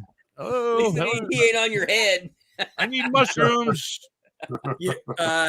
Well, okay. So the apps are good, a good place to start, but they shouldn't be trusted as a primary source. Right. They still there's just too many. They're too wrong too often. Yeah, but it's so easy. Like download. There's one called Seek by iNaturalist. There's like Google Lens. There's like a bunch of others that are paid for even that they're getting better, and the more we use them, the better they can be. It's like Waze. Waze was good in the beginning, but then it sucked, and now it's so no ChatGPT to identify mushrooms. Dude, that's the thing. With these AIs, it's gonna get better because of this AI movement thing that's happening right now. I mean, they just have to keep iterating and learning. Training, they got to train. Yeah, people get sick that way. That's actually something I've seen happen. That people misidentify using the apps. I was gonna touch on this earlier. Hippie, you asked about like misidentification and like all that sort of thing. 3 dots on the top or no dots. Yeah. Right. So I have a family friend that was a nurse at like a summer camp one summer, and she gets a call that this group of girls was out in the wilderness, and their frankly stupid ass counselor gave them a bunch of mushrooms that they thought were chanterelles, and everybody was violently sure he did. Yeah, and so they had to I don't know if they had to fly her out there in a helicopter or what, but they had to get her out there to these kids, and they all had eaten jack-o'-lantern mushroom, which is quite poisonous, and poisonous now, like you're gonna die poisonous, or poisonous like you're just gonna be violently sick for the next couple hours or days or whatever. Are there any mushrooms out there that actually could kill you? Sure, definitely. Okay. Out in Pennsylvania, here in Maine, kind of all over the place, you've got a genus of mushrooms called Amanita, and Amanita is has a bunch of species that have something called amatoxin. It's amanitin. Still safe to touch. Yes, safe to touch. But if you consume a significant amount and it gets processed by your liver and other organs, I mean, that kills people. Renal failure has a higher survival rate now if you get treated quickly. Right. But I mean, that's a deadly mushroom. That's available here in my backyard. Yeah, those are the red ones with the white spots. No, Amanita growing on the sides of trees. Amanita is scary that people consume. That's different, right? So the genus is big, and the genus has mushrooms that are edible and mushrooms like muscaria. What I'm talking about is like the destroying angel, Amanita bisporigera, or the death cap, Amanita phalloides. Like they're different, but they're in the same genus. And as a genus, it's just, if you're a real amateur, if you're really just starting, if you're a beginner, I should say, we're all amateurs, but if you're just a beginner, stay away from Amanitas until you kind of have a handle on some things, because you could really get into trouble. I wish we would have had some photos. Maybe next time when we have you on again in the near future, we could have some photos that you could throw up, that I could throw up, and we could identify so that maybe I know. Not those, Timmy. Put that down. Yeah. Yes, that the was mug. the M in the meat, the whatever he said. That's one of them good ones. It is. That is a that's an Oyster Lions Goopalapa main. Yeah, the Matex triple decker or whatever. They are anti-inflammatory and a bitch eradicator. So they are known to eradicate, the bitch in you. So oh yeah, I was about to say bitch eradicators. I've never heard of that property. It's an interesting one. Does it get rid of Mrs. Hippie? Hey, that's powerful marketing right there. Yeah, no kidding, right? Man, it's your wife. Try our bitch eradicators today. I love it. All right, Tim, Louis, you said you have millions of questions still. Yeah, go ahead, Timmy. Let's say you are brand new and you order one of your starter kits. Will you walk through what you would receive? And I don't know if you have time, but maybe just a brief overview of, the simplicity of your home kit. And, I don't know if you want to go into price or anything like that, but I'm sure our listeners would just kind of love to know what your kits start and end, the high, the low. Give us the gist, man. Like, this is, we're here for an education. Yep. Our listeners want to know how they get into this. So let me just interrupt really quick before that as well. This is not for everybody. I want the people out there to know that this we're not talking about just psilocybin mushrooms where you're going to trip your balls off. This is for making mushrooms for cooking, for eating, for for health benefits as well. So go for it, Louis. And the more you understand, the more you're going to be able to do whatever you want, in the universe of possibilities of things to grow. But we want people to start somewhere and understand these organisms and basically how they work. Most of these things grow off of wood, right? Most of them don't. Most cultivated mushrooms don't grow off of manure, although manure, some do. And you can have manure as a component because it's highly nutritious. So everything starts from our spray and grow kits. We have 4 species. I mentioned those: pink oyster, golden oyster, blue oyster, lion's mane. This is a fully colonized, amended block of sawdust. It was colonized with just a little bit of grain spawn. And then each piece of grain is an inoculation point. And that's where the mycelium can spread from. And so it's fully colonized. We colonize them. At North Spore, we sing them lullabies and give them hugs, and that's why it's all quality at North Spore. Stickers and with love, baby, with love. Yeah, and basically, you've got a thing that's ready to grow. It just needs to be released, and it comes with a little sprayer in the top because humidity is so important for these organisms, and fresh air. And so we provide all the directions, and you cut the box open, you cut the bag that's inside. And you spray the bag, and you spray it pretty much as often as you can. You only need 5-6 sprays, but do that many times a day to try to keep that humidity up. And that's going to produce mushrooms anywhere from mushrooms could start to grow in 3 days, or it can take as long as about 2 weeks. But that's really where people begin, and those blocks can produce multiple times. And just like a monotub that's gotten contaminated, if you're too dry or you've gotten some contamination, pull it out of the bag, put it outside in a nice shady wet spot, half bury it so that it can wick moisture from the soil, and those will give you more mushrooms. From there, we have a larger format that has more species. It's just not quite as beginner friendly, but that's just called a fruiting block, and we have 13 different varieties, I think. And it's in one block, or what's that? So one block grows multiple varieties, so you can get one block and have a variety of mushrooms. Is that what you're saying? Ideally, no. We've done that on accident before. It's pretty cool. I bet. But you really just don't want the species to compete. So you want one contained unit per species, and so we have 13 options there, and some of them are much more difficult, like Namako or Black Trumpet or something. They're going to require pretty specific conditions, and you may have to change the conditions for fruiting and stuff. but a lot of them are really easy, and it just if you have something like a fruiting block, it's best if you have a fruiting chamber of some sort. And so we do sell something called a boom room, and it's basically a the fruiting chamber provides humidity and airflow. And so it's sort of just a Martha tent. It's great for seedlings. Same thing people are using to like sprout seedlings, but it's modified so that it's got a really great environment for mushrooms. A really great environment. Al, can I?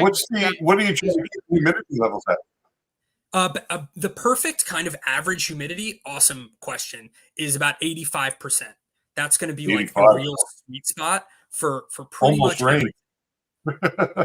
What's that? Oh, he said almost rain. Yeah, exactly. And so that's why you want a chamber, because your house is not going to be 85%. Nobody's keeping their house at 85% unless they want mold everywhere. So yeah, you got some there. You got some on the ceiling. Yeah, 85%, huh? Yeah. So the air conditioner on a little more often. And the cool thing about the boom room, guys, is you could grow in buckets. You could grow in trays. You could use that as your fruiting chamber for anything you're growing. You know what I mean? Now, when you were bringing up those blocks of sawdust stuff Yeah. that you had a name for them, I don't want to mispronounce it, but basically sawdust. And you fruit that. Are you talking like I can grow truffles? You have no. So again, truffles are going to be. It's all going to be species that are saprophytes. Or saprobes, the same, those are all synonyms, and it just means that they live off dead stuff. Whereas something like a truffle, it's going to need a relationship with a living tree. So like a tree, or grow on a tree, or we do sell morel sawdust, and we sell that as an experiment. It does form sclerotia, which are kind of truffly, and but growing that is basically experimental. There's people who grow truffles. China, they grow truffles. There's some guys in the Netherlands that or Belgium or something that figured it out to grow it inside, but it's basically an experiment. We do sell that. We're upfront about its difficulty, but yeah, we'll sell it to you, but good luck. Yeah, exactly. Yeah. We're here for you. So tail light warranty. Right. I mean, people get pissed sometimes, and I'm like, look, dude, like I can't guarantee morels. This is on you to do your due diligence, and keep it sanitized. My fun guy here, he's always telling me about the sanitary. I'm concerned because the hippie's not quite the sanitized guy as he used to be. He's getting older. He's pissing himself. He shits himself. That's everything. Yeah, well, look, I mean, using an air purifier in your space, being as clean as possible. If you have contamination, especially kind of cleaning everything. Like cat hair and dog hair is not good. Dust and stuff like that, And you can't see most of it, I mean, so 70% isopropyl alcohol is your friend. We use a lot of that. We get them in huge barrels because we use so much of it. And it's cheap now. Yeah. Finally. Yeah. So the boom room, that's the boom room, right? And that's for you would basically, we have a subscription even. You could get a subscription and get like 3 fruiting blocks a month. And then you could stick them right in your boom room and have that sort of system going. Or you can be growing in a monotub. That's another system we sell. And we essentially have these sterilized grain bags. You would have to either get a liquid culture from us, get a spores or a liquid culture elsewhere, and inject into a few cc's. You only need like 2 to 5 cc's into the bag. It's going to colonize and create grain spawn. And then you take that grain spawn and you mix it with our boomer bag substrate. We also have a wood lover CVG? substrate. It is not CVG. It's a manure based. It's a proprietary mix, but it's manure, mostly manure. And it is really, really nutritious, overly nutritious, actually, if you ask me. And it has the potential to produce a shitload of mushrooms. Really? Yes. And so I need to get a kit because I've got liquid and I just need a kit. Like I need to order. Well, I'm going to hook you guys up. Well, we can talk about that. There's no question there. But basically you mix all that together in the monotub. And the monotub already has holes for airflow, and filters. We provide filters. Beautiful tubs. Beautiful. Yeah. Do you need a liner with those tubs? Yes, actually, a liner is a better route to take. You don't need to use a liner, but if you don't use a liner, what happens is as the cake loses moisture, it pulls away from the sides, and then you get a microclimate, which can create side pinning. Yes. And you don't want, it's better to have like a plastic bag that can hug the cake. Right. We sell liners, but they're not even plastic bags. They're like a tray, which provides easier cleaning, but doesn't really hug the cake. Okay. As well as a plastic bag's better. Just use a plastic bag. When you trim like your garbage bag, I mean, you use a green garbage bag or something. Garbage bag, sure. You have to wipe it and sterilize it for sure. Yeah, I was just gonna say, do you have to sterilize that bag? Sterilize everything with mushrooms. Everything should get. It's a fucking fungus. Why does everything have to be clean? It's fucking gross. Well, but that's the thing. Outside is different than inside. Yeah. Remember, you got a monoculture. Everything that's sterile is a vacuum.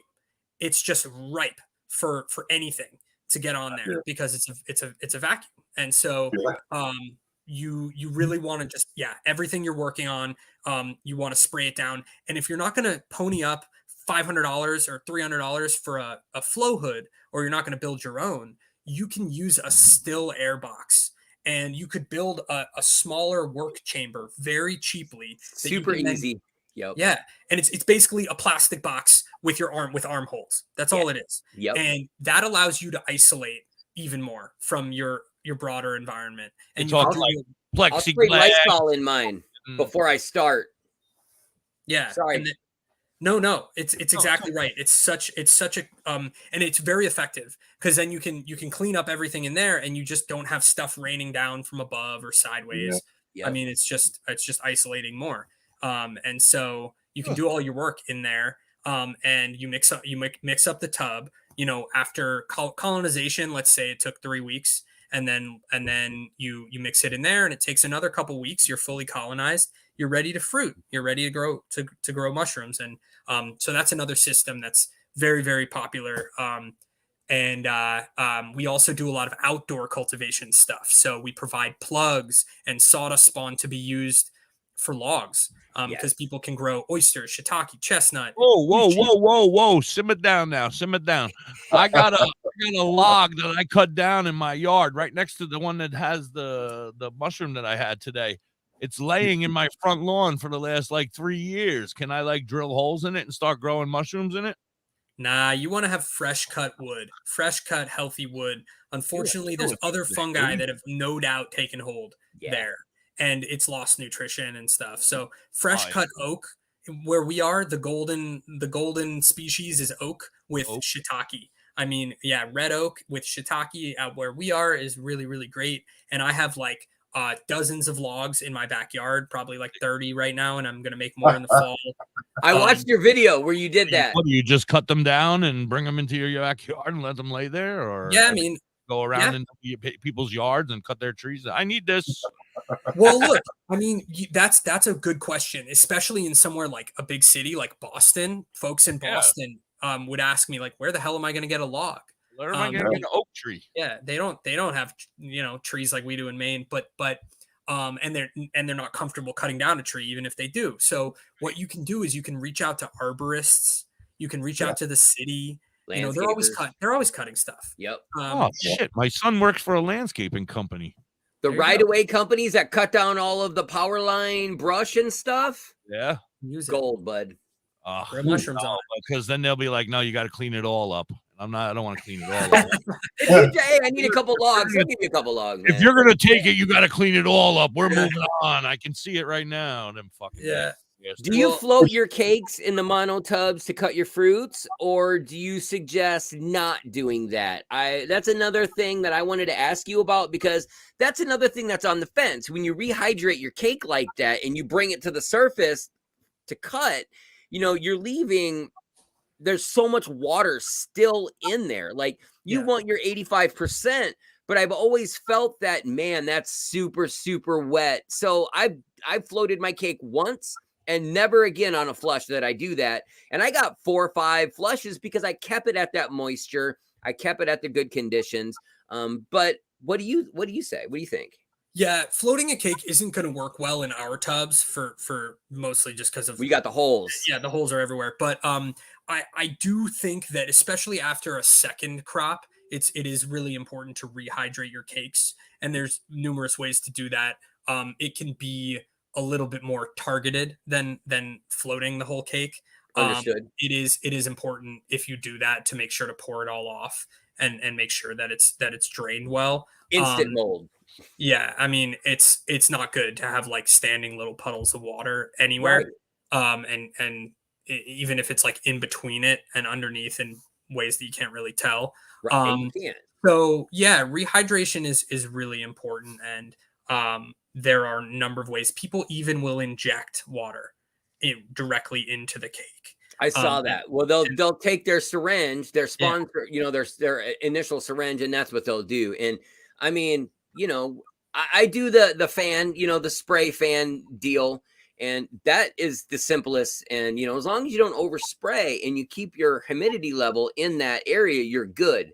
My mono tubs, I went to the pet store because that's where you buy your coco core, is from the reptile section of the pet store. And I bought the hydrometers that actually go inside the mono tub, so I can monitor my temperature and I can monitor my humidity. And they were just a couple bucks, but I'm telling you, those little things, or the probe with the deal on the outside, that's a nice one too, but that was expensive. They're great. They are just, super simple. Yeah, I would say on that note, yes, have the ability to, have sensors in your tub so that the humidity and the temperature, but don't modify your tub to hell with fans and humidification. It's supposed to be simple. It's a shoebox tub for a reason, right? It works. Don't ruin what works. Absolutely. If it's not broken, don't fix it. Exactly. Yeah. Right. And that's I'm telling people that all the time. They just make things more complicated than they need to be with the mono tubs in a big way. So because then at that point you end up with like an entire like fancy grow room situation, and it's this big, and it's like this species that we are talking about most of the time, guys, right, is not as picky as other things. But so my species, your species, yeah. Is like with cannabis, when you're ready to induce flower, you change your light cycle. I'm gonna run to the restroom, guys. I didn't go to a pee break the last time, so I'll be right back. With mushrooms, is there a specific way to induce the fruiting period? Like you do like the light cycle with cannabis? Do you do it with mushrooms through temperature control, or through what mechanism activates that changeover? So lighting is important, really important for mushroom growth. Different species will have different lighting needs and at different periods of their lives. There's no doubt about that. That's not something I'm necessarily like a huge expert in, but I've read some really cool studies. And one thing that people are usually touting for some species is blue light. Yeah, multi-spectrum blue reptile lights. But honestly, I've read these studies, and at the end of the day, just use full spectrum light. Is your full spectrum. The mushrooms will take what they need as long as, like, why wouldn't they? They will absorb the spectrum of light, whatever that spectrum is that is inducing that pinning. It's there in a full spectrum. And so being on like a 12-hour on, 12-hour off with a moderately powerful full spectrum light is going to do what needs to be done. So you could use an LED from like a cannabis LED would be fine. You don't even need that. Yeah. That you don't even need to go that expensive route, really. I mean, honestly, it's just a full spectrum fluorescent tube LED light that you would use for a reptile cage. Does the exact same thing. Yeah, most mushrooms, like oysters, for example, like you'll notice that they will form better. They'll have better color. They'll be a little bit bigger, but it's not as light. Light is not as important for these mushrooms as it is for cannabis, right? Like not at all. It's an interesting question. And I do think if you're going to try and grow in a totally dark place, you really need to consider some supplemental lighting. But if you have a few windows nearby, that's fine. that's acceptable too. So they just really need what nature gives them in a shaded environment for the most part, right? Well put. Yep, exactly that. Interesting. Yeah. So outdoor cultivation. I mean, I just want to say, I think it's like the bomb. I think shiitake logs that are giving you mushrooms with very little effort after the initial effort for like 5 years or so. I think that's the coolest, like one of the coolest things. And they're good. They're so delicious. Yeah. And you can even grow, like there are a bunch of species that are possible that way. And I think it's really like a frontier. There's only a few books on gardening with mushrooms, and like there's the potential for that. It's just huge. The most popular mushroom right now is the wine cap outside of shiitakes. And the wine cap is Stropharia rugoso annulata is the scientific name of that. And it's like a beautiful, easy to grow big mushroom, and it grows in straw and wood chips and like a bella. It's sort of like a portobello. It's pretty mild, but it's beautiful, and it's going to make your other plants happier. You know, it's going to make the ecosystem better in your yard. With them pushing all of this cricket protein, I would much rather eat mushrooms than crickets. I'm just saying. Bingo. I mean, you know. Yeah. Start there, lower the food chain. Yeah, on the economic side of it, is there a tremendous financial savings to produce your own mushrooms as opposed to going to a grocery store to buy them? That's a fantastic question. And it just depends on your market, and it depends on what you're expecting. If you're just expecting to pay $3 for a little package of button mushrooms, like no way. We can't compete with that. But for specialty species that you're going to have to go to a farmer's market for, yeah, absolutely we can compete with that. If you are good at growing these kits, they very quickly would pay for themselves, and you're never going to get fresher mushrooms. Right. Probably the quickest, most economically sound way of doing it is taking probably oyster grain spawn and making straw buckets.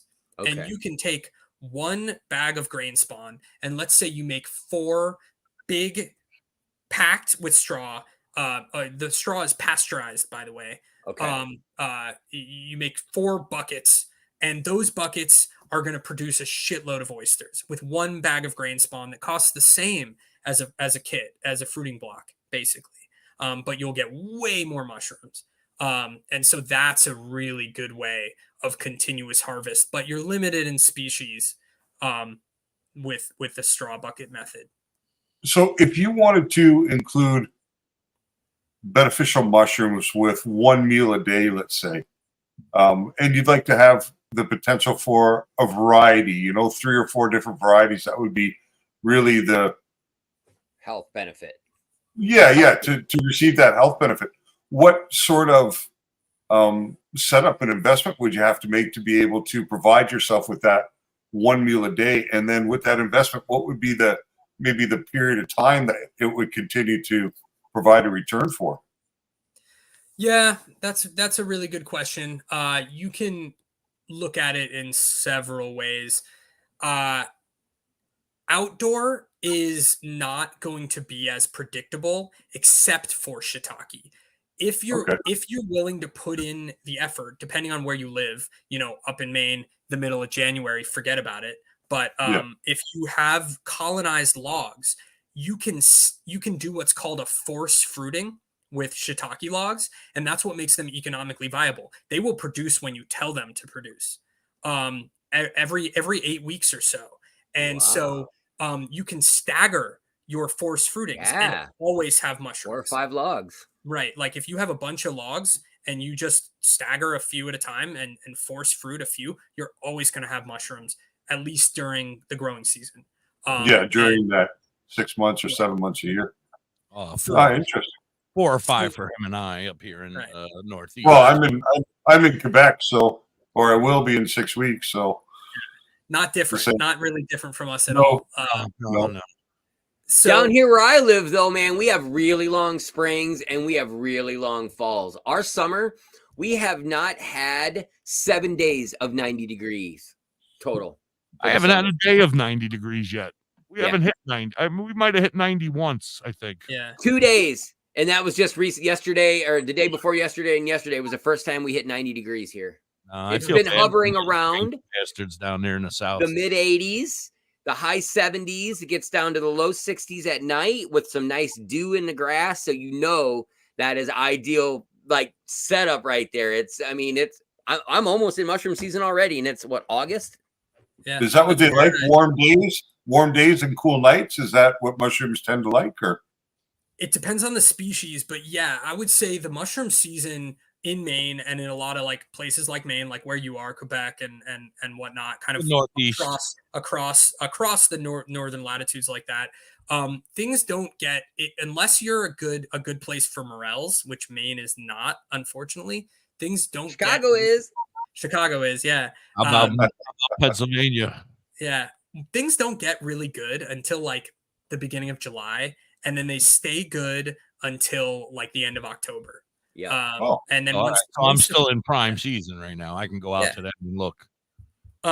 Sometimes there's kind of a lull in between the summer mushrooms and the fall mushrooms. They'll be sort of like less dry. Yeah. Exactly. Middle of August. What I'm thinking is that my wife has been really pushing me to do some hiking and some getting more exercise kind of shit.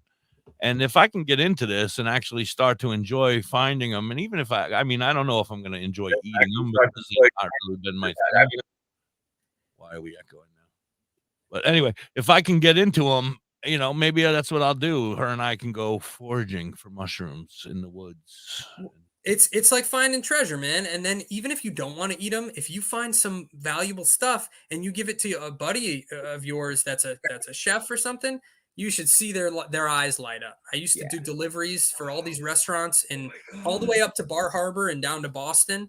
That's what the guy was telling me that I was with on Clapper that day. He's like, I'm going to bring this to this restaurant right down the road, and they're going to shit themselves. They're going to be so excited to have these. They're going to go on the menu tonight. Yeah. And he's like, and I'm going to make like $400 or $500 off of them because there's a ton of them here. Yeah. And I was like, holy shit. I mean, the conservation side of this is really important to us too. I mean, because they don't know, because like the value of these is just being recognized more and more, and just where these mushrooms are, their distributions, and all these unknown species, it's a really powerful, just getting to know them more is a really powerful way to help like conserve land and conserve our forests. Truly, it's an important thing to North Spore, and it's an important thing to, I think, mushroom people all over. So whenever we pick morels, because they are a spore type mushroom, I always flick them 4 or 5 times before we snip them. And then I tap it on the stem to try and make sure I promote regrowth of, the mycelium. Yeah. Research is very difficult. Like, people will ask whether it's better to cut mushrooms or pull them. That's like a big debate in the mushroom world. And the truth is, you got to remember that it's like taking an apple off an apple tree. It's not harming most of the organism, but you should still leave as much of the woods behind as you can. And why bring a bunch of dirt with you? Like cut them if you know what it is.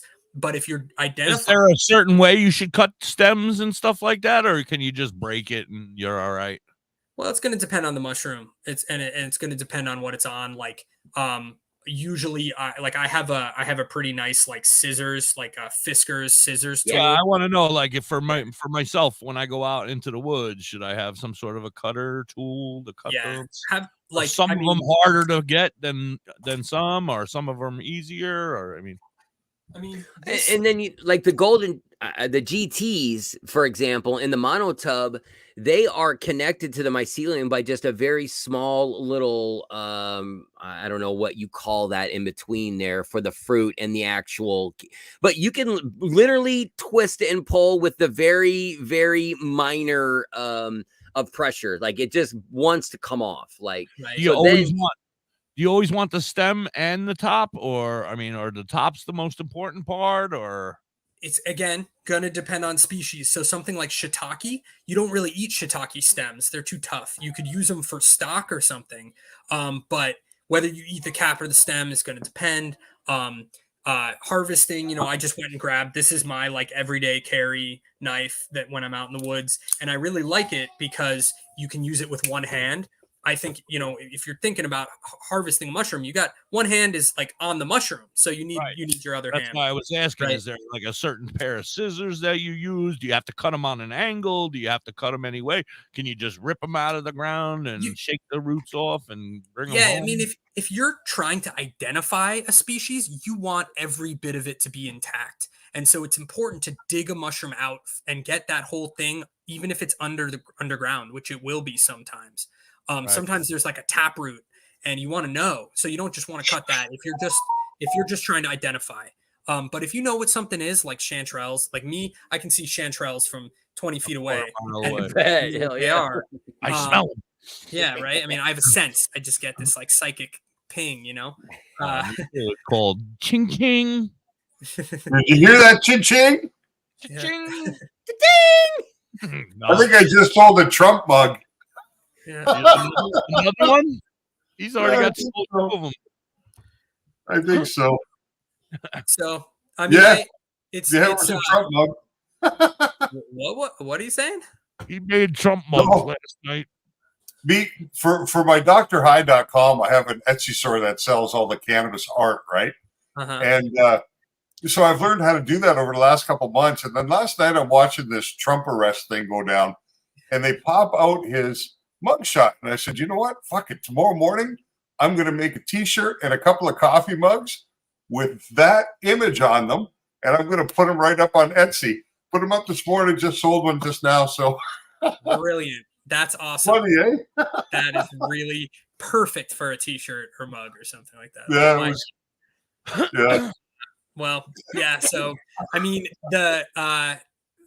speaking of swag, mushroom swag is a pretty cool thing. Basically, at the Telluride Mushroom Festival, they have a big parade, and everybody has all these crazy costumes. And we went as like crazy mycologist lab techs. We had we painted the backs of our lab coats with like fluorescent paint, and we had like goggles and like all sorts of stuff. We had syringes like this sort of thing. Holding. It was pretty fun. It was a pretty good. Nobody else had a costume like that. There were other people who were like very specific species walking around all over the place. So I mean, the art aspect of mushrooms is really crazy. I wanted to touch on one other thing. I got a couple things I still want to touch on. So right. Do you guys know the band Papadosio? I've heard of them. Yes. Yeah, I was gonna say I've heard that too. But so they're like literally Papadosio. Like they're all about. One of my good friends was called Dosa all of our lives. He was Dose. Yeah. They're all about it. They're a jam band. They're sort of like a jam. And they have a whole album you guys should check out called Mycology. And every song is a different mushroom. And I Papadosio. Papadosio. OSIO. That's what. Yeah, and they're cool. And beyond just liking their music, I thought to myself a few years ago I should reach out, and I never did. And then recently I reached out, and I'm talking to their manager right now because I just think it's so cool. I think maybe we'll write an article or something. It's so interesting that the tie-in music and mushrooms and how can you do me a big favor? Yeah. I don't currently have any of their music. It's not available here. If you would reach out to them, I mean, you seem to have some sort of a contact with them. If they're interested, I would love to play their music on our show. They would have to send it to me on an MP3 with some sort of a letter saying that they give me permission. But if you have that kind of a contact, I'm all about having a couple more mushroom songs up on my show. It's all about plants before pills. That's our motto here. Yeah, I mean, I don't know why they would say no to that. And so I will make a note of it. It is definitely, the conversations are going right now with their manager. And, the idea that these folks maybe are taking lion's mane every day, maybe, and like, how does that affect their performance? It's something that we can tie together and show our community in a way that we've never really done. How mushrooms are being used. Let me interrupt you. I got a couple questions real quick. Like other ones that you find on the ground that you wouldn't even recognize. What, like give me an idea of some stuff that you fairy garden mushrooms in the yard. Oh man, yeah, so mushrooms, because the mycelium, it's going to be spreading out in a circle often, and it's going to try and spread spores from from the edge and have the biggest reach. They'll often fruit in a ring, and actually the first wild mushroom I ever ate was in my backyard in Denver. I found some Marasmius irides, which is the fairy ring, most common fairy ring. And I ate some of those. But those can be difficult. Like a lot of times they just kind of look like little brown mushrooms, which even if you're with a really good mycologist and you're on a foraging hunt, you pick up a little brown mushroom and ask them what it is. 9 out of 10 times they're going to tell you it's a little brown mushroom, and to move on. I was just going to say, what are those little ones when you get that lawn that gets real swampy and they're little light tan, little brown on the top, look like nipples? Yeah, a lot of times they're just a little brown mushroom because you need like microscopy or something to really narrow it down to say much about it. But I mean, everybody should be looking in their lawn for things like puff balls. Puff balls are really cool. And the brown things that you used to pop them and they would go and a little puff of brown stuff would come out. Yeah, exactly. And grenades. And those little brown stuff is spores, eh? Yeah. Oh yeah. Millions and millions of spores. And so you don't want to necessarily like breathe a bunch of that stuff in. Necessarily, you said necessarily. not necessarily. I don't know from experience whether it's a good time or not, but you don't recommend it then. We don't recommend it. You don't necessarily. Necessarily means that I could. You report back, hippie. On that No. There's no holes in these nostrils. It's not going. It's clogged from my days when I was a kid. Yeah. Well, anyway, the puff balls are edible, and if you have a fresh, edible, if you have cook them. Yes, always cook them. But if you have fresh, dense, white puff balls, they have to be white throughout the whole thing. You want to be really careful that it's not another type of mushroom in its baby form, in its like primordial form. So if you see any indication that gills are forming or anything like that, you want to stay away. So it should just be clean and white throughout, and make sure no dogs have pissed on it or anything like that. And it's edible. Where the dog pisses. Yeah. How do I know my neighbor's dog didn't come and piss on it? You don't. It's a risk. What's the best way to wash your mushrooms so they don't get soggy? Yeah, well, that's a good question too. A lot of people have sort of picked up through the grapevine or whatever that mushrooms should never be washed. And the truth is, eating a gritty mushroom is way worse than eating a slightly soggy mushroom. Even if it's the most expensive gourmet mushroom, if it's full of dirt, like it's kind of worthless to you. So I really have come down on the side of like, it's okay to wash your mushrooms and do what's necessary, but then, you should attempt to dry them as best you can, depending on the application, right? I was going to say, even if you're cooking them, you want to dry them off afterwards anyway? Yeah, because if you expect them to brown in a pan, you want them to. Yeah. You don't want them to be super soggy when they're wet. Yeah. So something like lion's mane, right? Lion's mane is going to soak water right up, and that kind of sucks. You want to try and be careful with that. And actually, we have a video of me cooking lion's mane, and I use a tortilla press to push all the moisture out of the lion's mane. Because so you just completely squeeze it. Yeah. You can totally that's interesting. Huh. Yeah. Before cooking it, and then you cut it up and cook it or do whatever you're going to do with it. Right. So getting that moisture out will help with browning. But if you're going to make soup, then like, who cares? But what does lion's mane taste like? I mean, is it just plain? Like there's no taste? It only tastes like what you make it with? I mean, if I make it with a sauce, it's going to taste saucy. If I make it with or does it have a distinctive flavor and taste that I'm going to not be able to get over? So if I were going to make a mushroom like food company or a spice company, I would call it Shades of Umami, because like that's what it is. It's like hard to describe subtle earthiness and mushroominess. It's not a super bold flavor. Some are like truffles, right? But lion's mane's mild, and it has more of a texture, kind of like seafood when it's cooked up. It's more like lobster or crab, and it kind of almost peels in a similar way too. So cooking it like that, and that's why mock crab cakes are like a really common thing, or like I like a lot of my foods deep fried. Can I deep fry mushrooms? Hell yes you can. I can. That's the first time that I liked mushrooms. I was about 20 years old. I couldn't stand mushrooms. Really never liked them. Out on a date with a girl, she ordered deep fried mushrooms. I didn't want to be a pussy and not try them when she asked me if I was going to try them, so I did, and I was like, holy shit, this is good. And my whole mind changed on mushrooms. Waitress, we'll take another order of those. Yeah. My favorite is the crab stuffed mushrooms are my favorite. But I've also learned, going way back about 45 minutes, we were talking about extraction. One of my favorite methods to do extraction with is the refrigerator in the cheesecloth with the ice. But I like to put lemon in mine because the acid from the lemon breaks it down out of the material.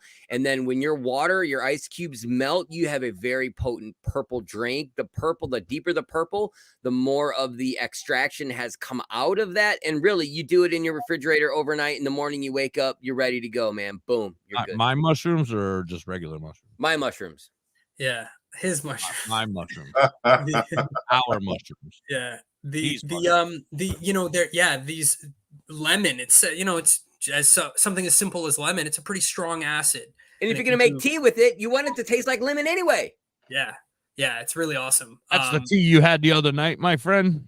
Yes. Or did you have it last night? Because I know you're still up. You've been up for hours. Yeah. I'm a former ranger, man. I don't ever sleep. Right, one eye open for sure. You'll know when it's Jefferson Airplane and the Grateful Dead on all night. Right. You'll know what's up. Yeah. What's wrong with that? Nothing. Nothing wrong. Just to tell, baby. Just to tell. No Pink Floyd in between. Oh hell, Dad's listening to Terpene Street. Terpene Street. Oh man.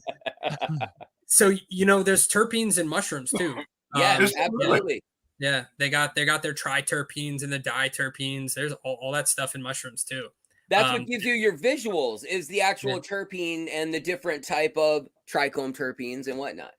Yeah, really. Man, I love it. I love that I can talk to you about this stuff and somebody knows what I'm talking about. It's the greatest thing ever. You have made my day, Louie. I'm telling you, man, I cannot be more happy that you're here. I have no clue what you guys have been talking about. Yeah. I'm with whoever said those big words are killing me over there. I'm with them.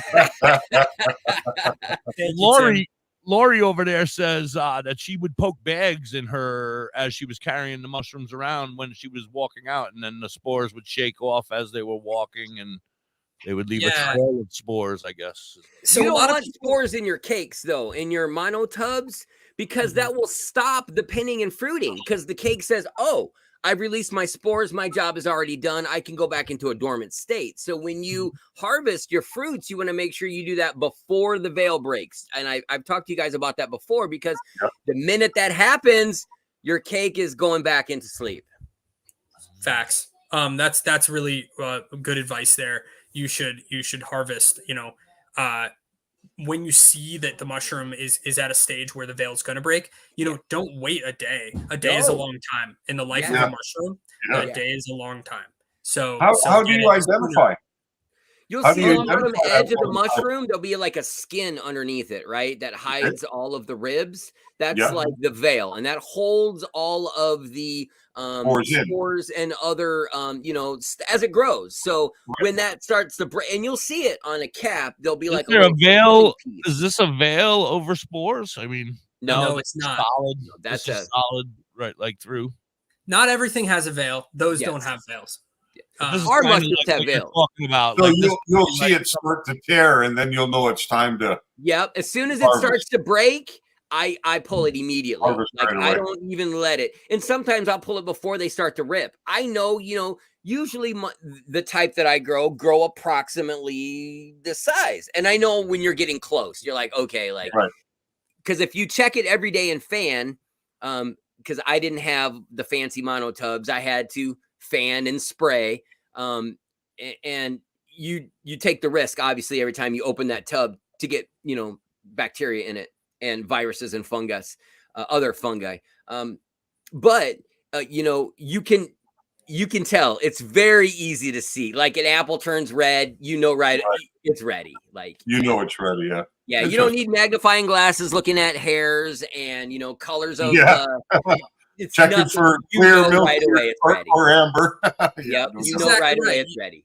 You just you get acquainted with your organism, and if you really want to, if you really want to, you're going to need to like kind of just let it go, and you'll see that growth slows down, and that it stops going vertical and stops getting like girthier or whatever, and it'll focus more on opening up that cap, and so you'll find the right moment. You'd follow the same procedure for culinary mushrooms. Yes, at that same point in time. Pretty much. So like oysters. We were talking about culinary mushrooms. Oysters will open up their caps, and the edges will flatten out, and then like they'll just like drop a shitload of spores, and it'll reduce the shelf life of your mushrooms. It'll reduce like the density. You want to get them before that. It'll make your grow room a mess. So like ideally you're avoiding that spore drop stage. Yeah. Interesting. It is. It's the whole spore kind of management thing is very, very interesting, and it clogs up the works. I mean, no matter what your equipment is, you're gonna need to manage spores. Yeah. It's there no matter what. You just want to avoid those mega drops, for sure. I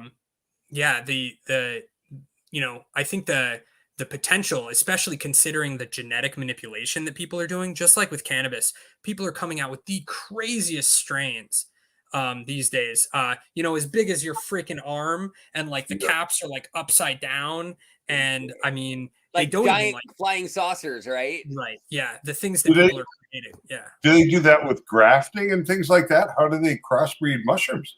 Yeah, that's a good question. So they're literally they're doing selections, like they're growing out a strain that's previously there, and then they're selecting. There are processes for stabilizing those genetics. You can even mate. You can using plates, agar plates. You can take two different spores from two different strains, and you can mate them, and you can you can isolate. It's a really, really cool process. Again, not my specialty, but you can do this with any of these mushrooms, and I think it's actually happening way more with the psychedelic varieties than it is with cultivated, and that's sort of a shame.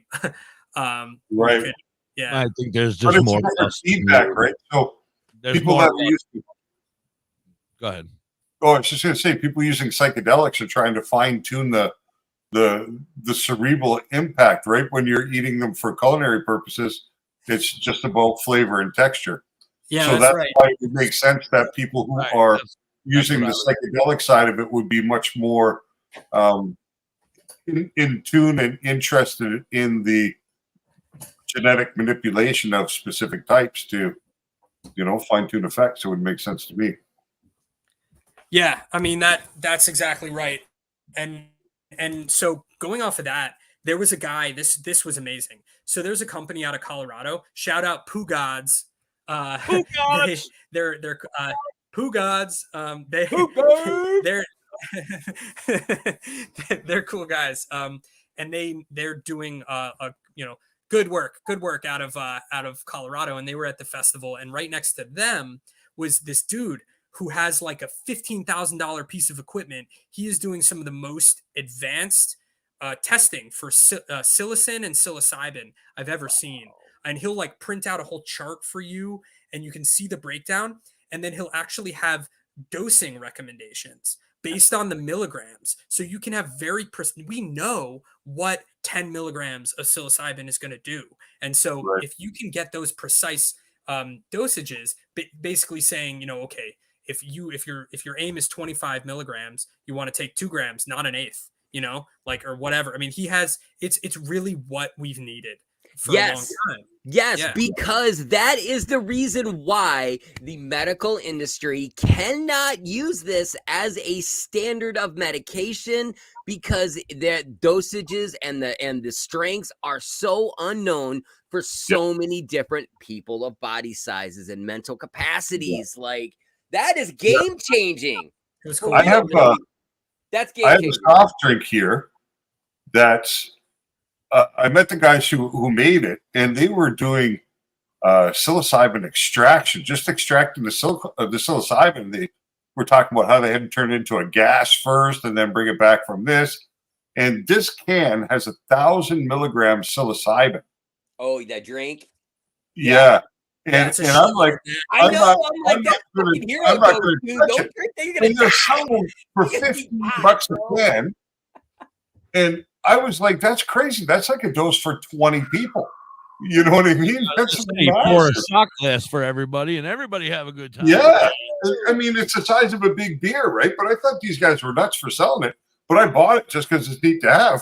But I don't intend to ever use it because, man, that would be, God knows what that would be. I don't know. Be careful with that one, man. Be careful. Oh, it won't get open. It just sits there because it's neat.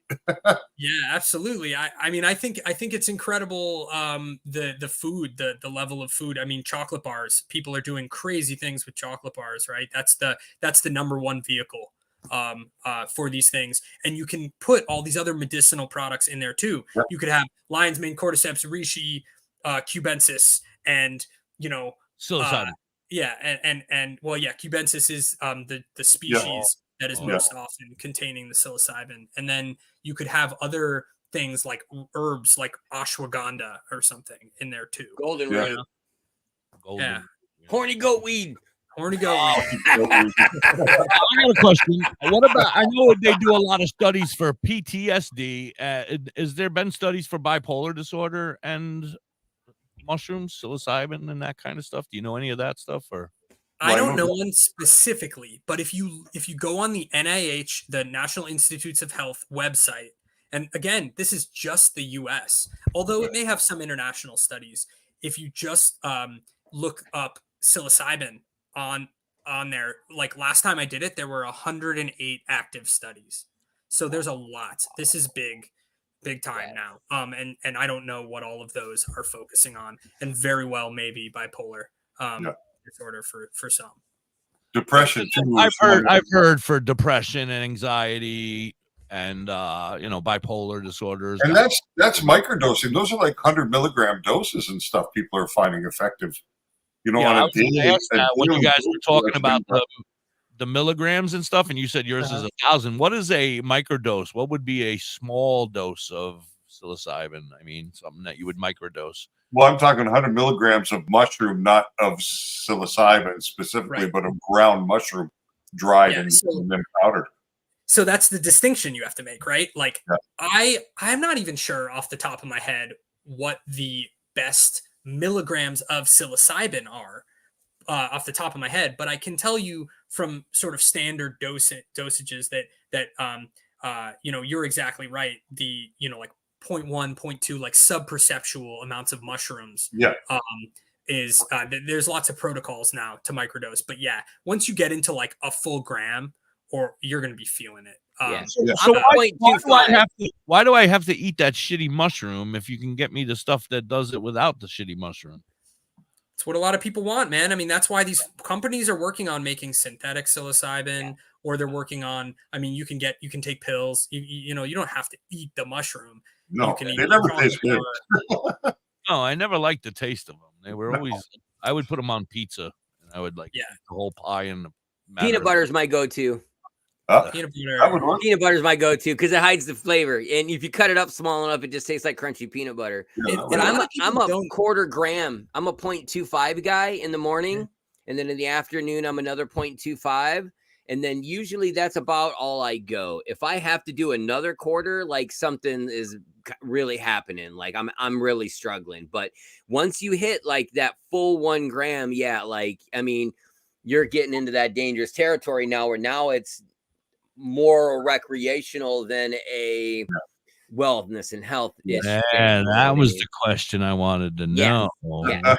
Where do I get to that level without getting past that level? Yeah. For you being almost 7 feet tall in IRL, you know, you may need a half a gram every time, or so. Right. But you want to stay below that level of perception. 6'3" and 400 pounds. So yes, I might keep it small. Yeah. We were with a friend of mine, you know, who weighs like 95 pounds, this girl, you know, and she ate an eighth of mushrooms. And that's a lot. That was my go-to when I was a kid. That's like a quarter for me, like hella blazing, dude. Like, whoa. Exactly. Whoa, so man. she was having a great time. Luckily. You know, like nothing went south there. That's what I try to explain to everybody. As long as you're in a good environment and you're having a good time and you're with good people and you know what's going on, everything's going to be fine. Good headspace.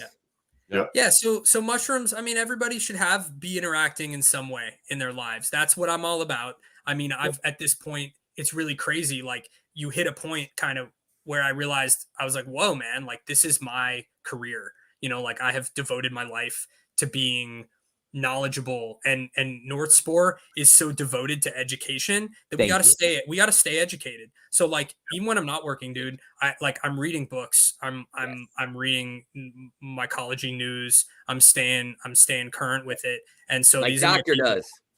Yeah. These are my people. So it's cool. Yeah, that's it. It's passion, right? And the thing is, it's like they say, when you... Did you guys lose him too? Yeah, Trudeau likes to censor him when he talks about too much freedom. I mean, I just have to hit him every once in a while. Too much freedom. Oh, you can't be talking about that freedom stuff on the interweb. I know. You know, it's because I made that picture of Trump. There's somebody snooping in my computer right now, I bet. Damn right. I can't find out what this guy's all about, Dave. You're the next one to get arrested. Not again. I always tell people, in no way or shape or form will I ever unalive myself. So if you find me unalived with a note, just know it was a setup, because it'll never happen in my life. I will never do that. Or you'll Seth Rich my ass. I'm out running, and you know, like, nah, yeah. We'll solve the mystery. We'll pick up the breadcrumbs. Yeah. Right. All right. How much time do you have, Louis? Gentlemen, it's 2:15 over here. I don't know how much more time do you have. We can hang. Truthfully, I'll tell you what. I should probably go. This has been an absolute blast. But yeah, I mean, since I've got some family in town, I think we've got to find some activity for the It's a pretty rough day out here, but yeah. There's always something good to do. Lobster rolls. Yeah, exactly. Pennsylvania, come over to Kalahari over here in Pennsylvania. It was excellent having you, Louis. Thank you so much. It was really a very, very interesting couple of hours. Really appreciate that. Keep in touch, guys. I mean, this is very cool. My wife will keep in touch with you, and Tim, I'm sure, is going to be in touch with you, and my wife will reach out to you, because I would love to have you back on again. We could do this like monthly if you wanted to. I mean, I would love to be able to sit and talk about we're plants before pills. I mean, you know, we're all about it, you know, so we'll reach out to you. I want to thank you so very much. North Spore, you are amazing. Louis, you're amazing. So full of knowledge. And I can't thank you enough for everything that you taught me today. I'm going out in the woods to make some money right now. Dr. High, you still there? After you're done the next 2 hours with the dictionary. Keep that polypore. Keep that red belted polypore around.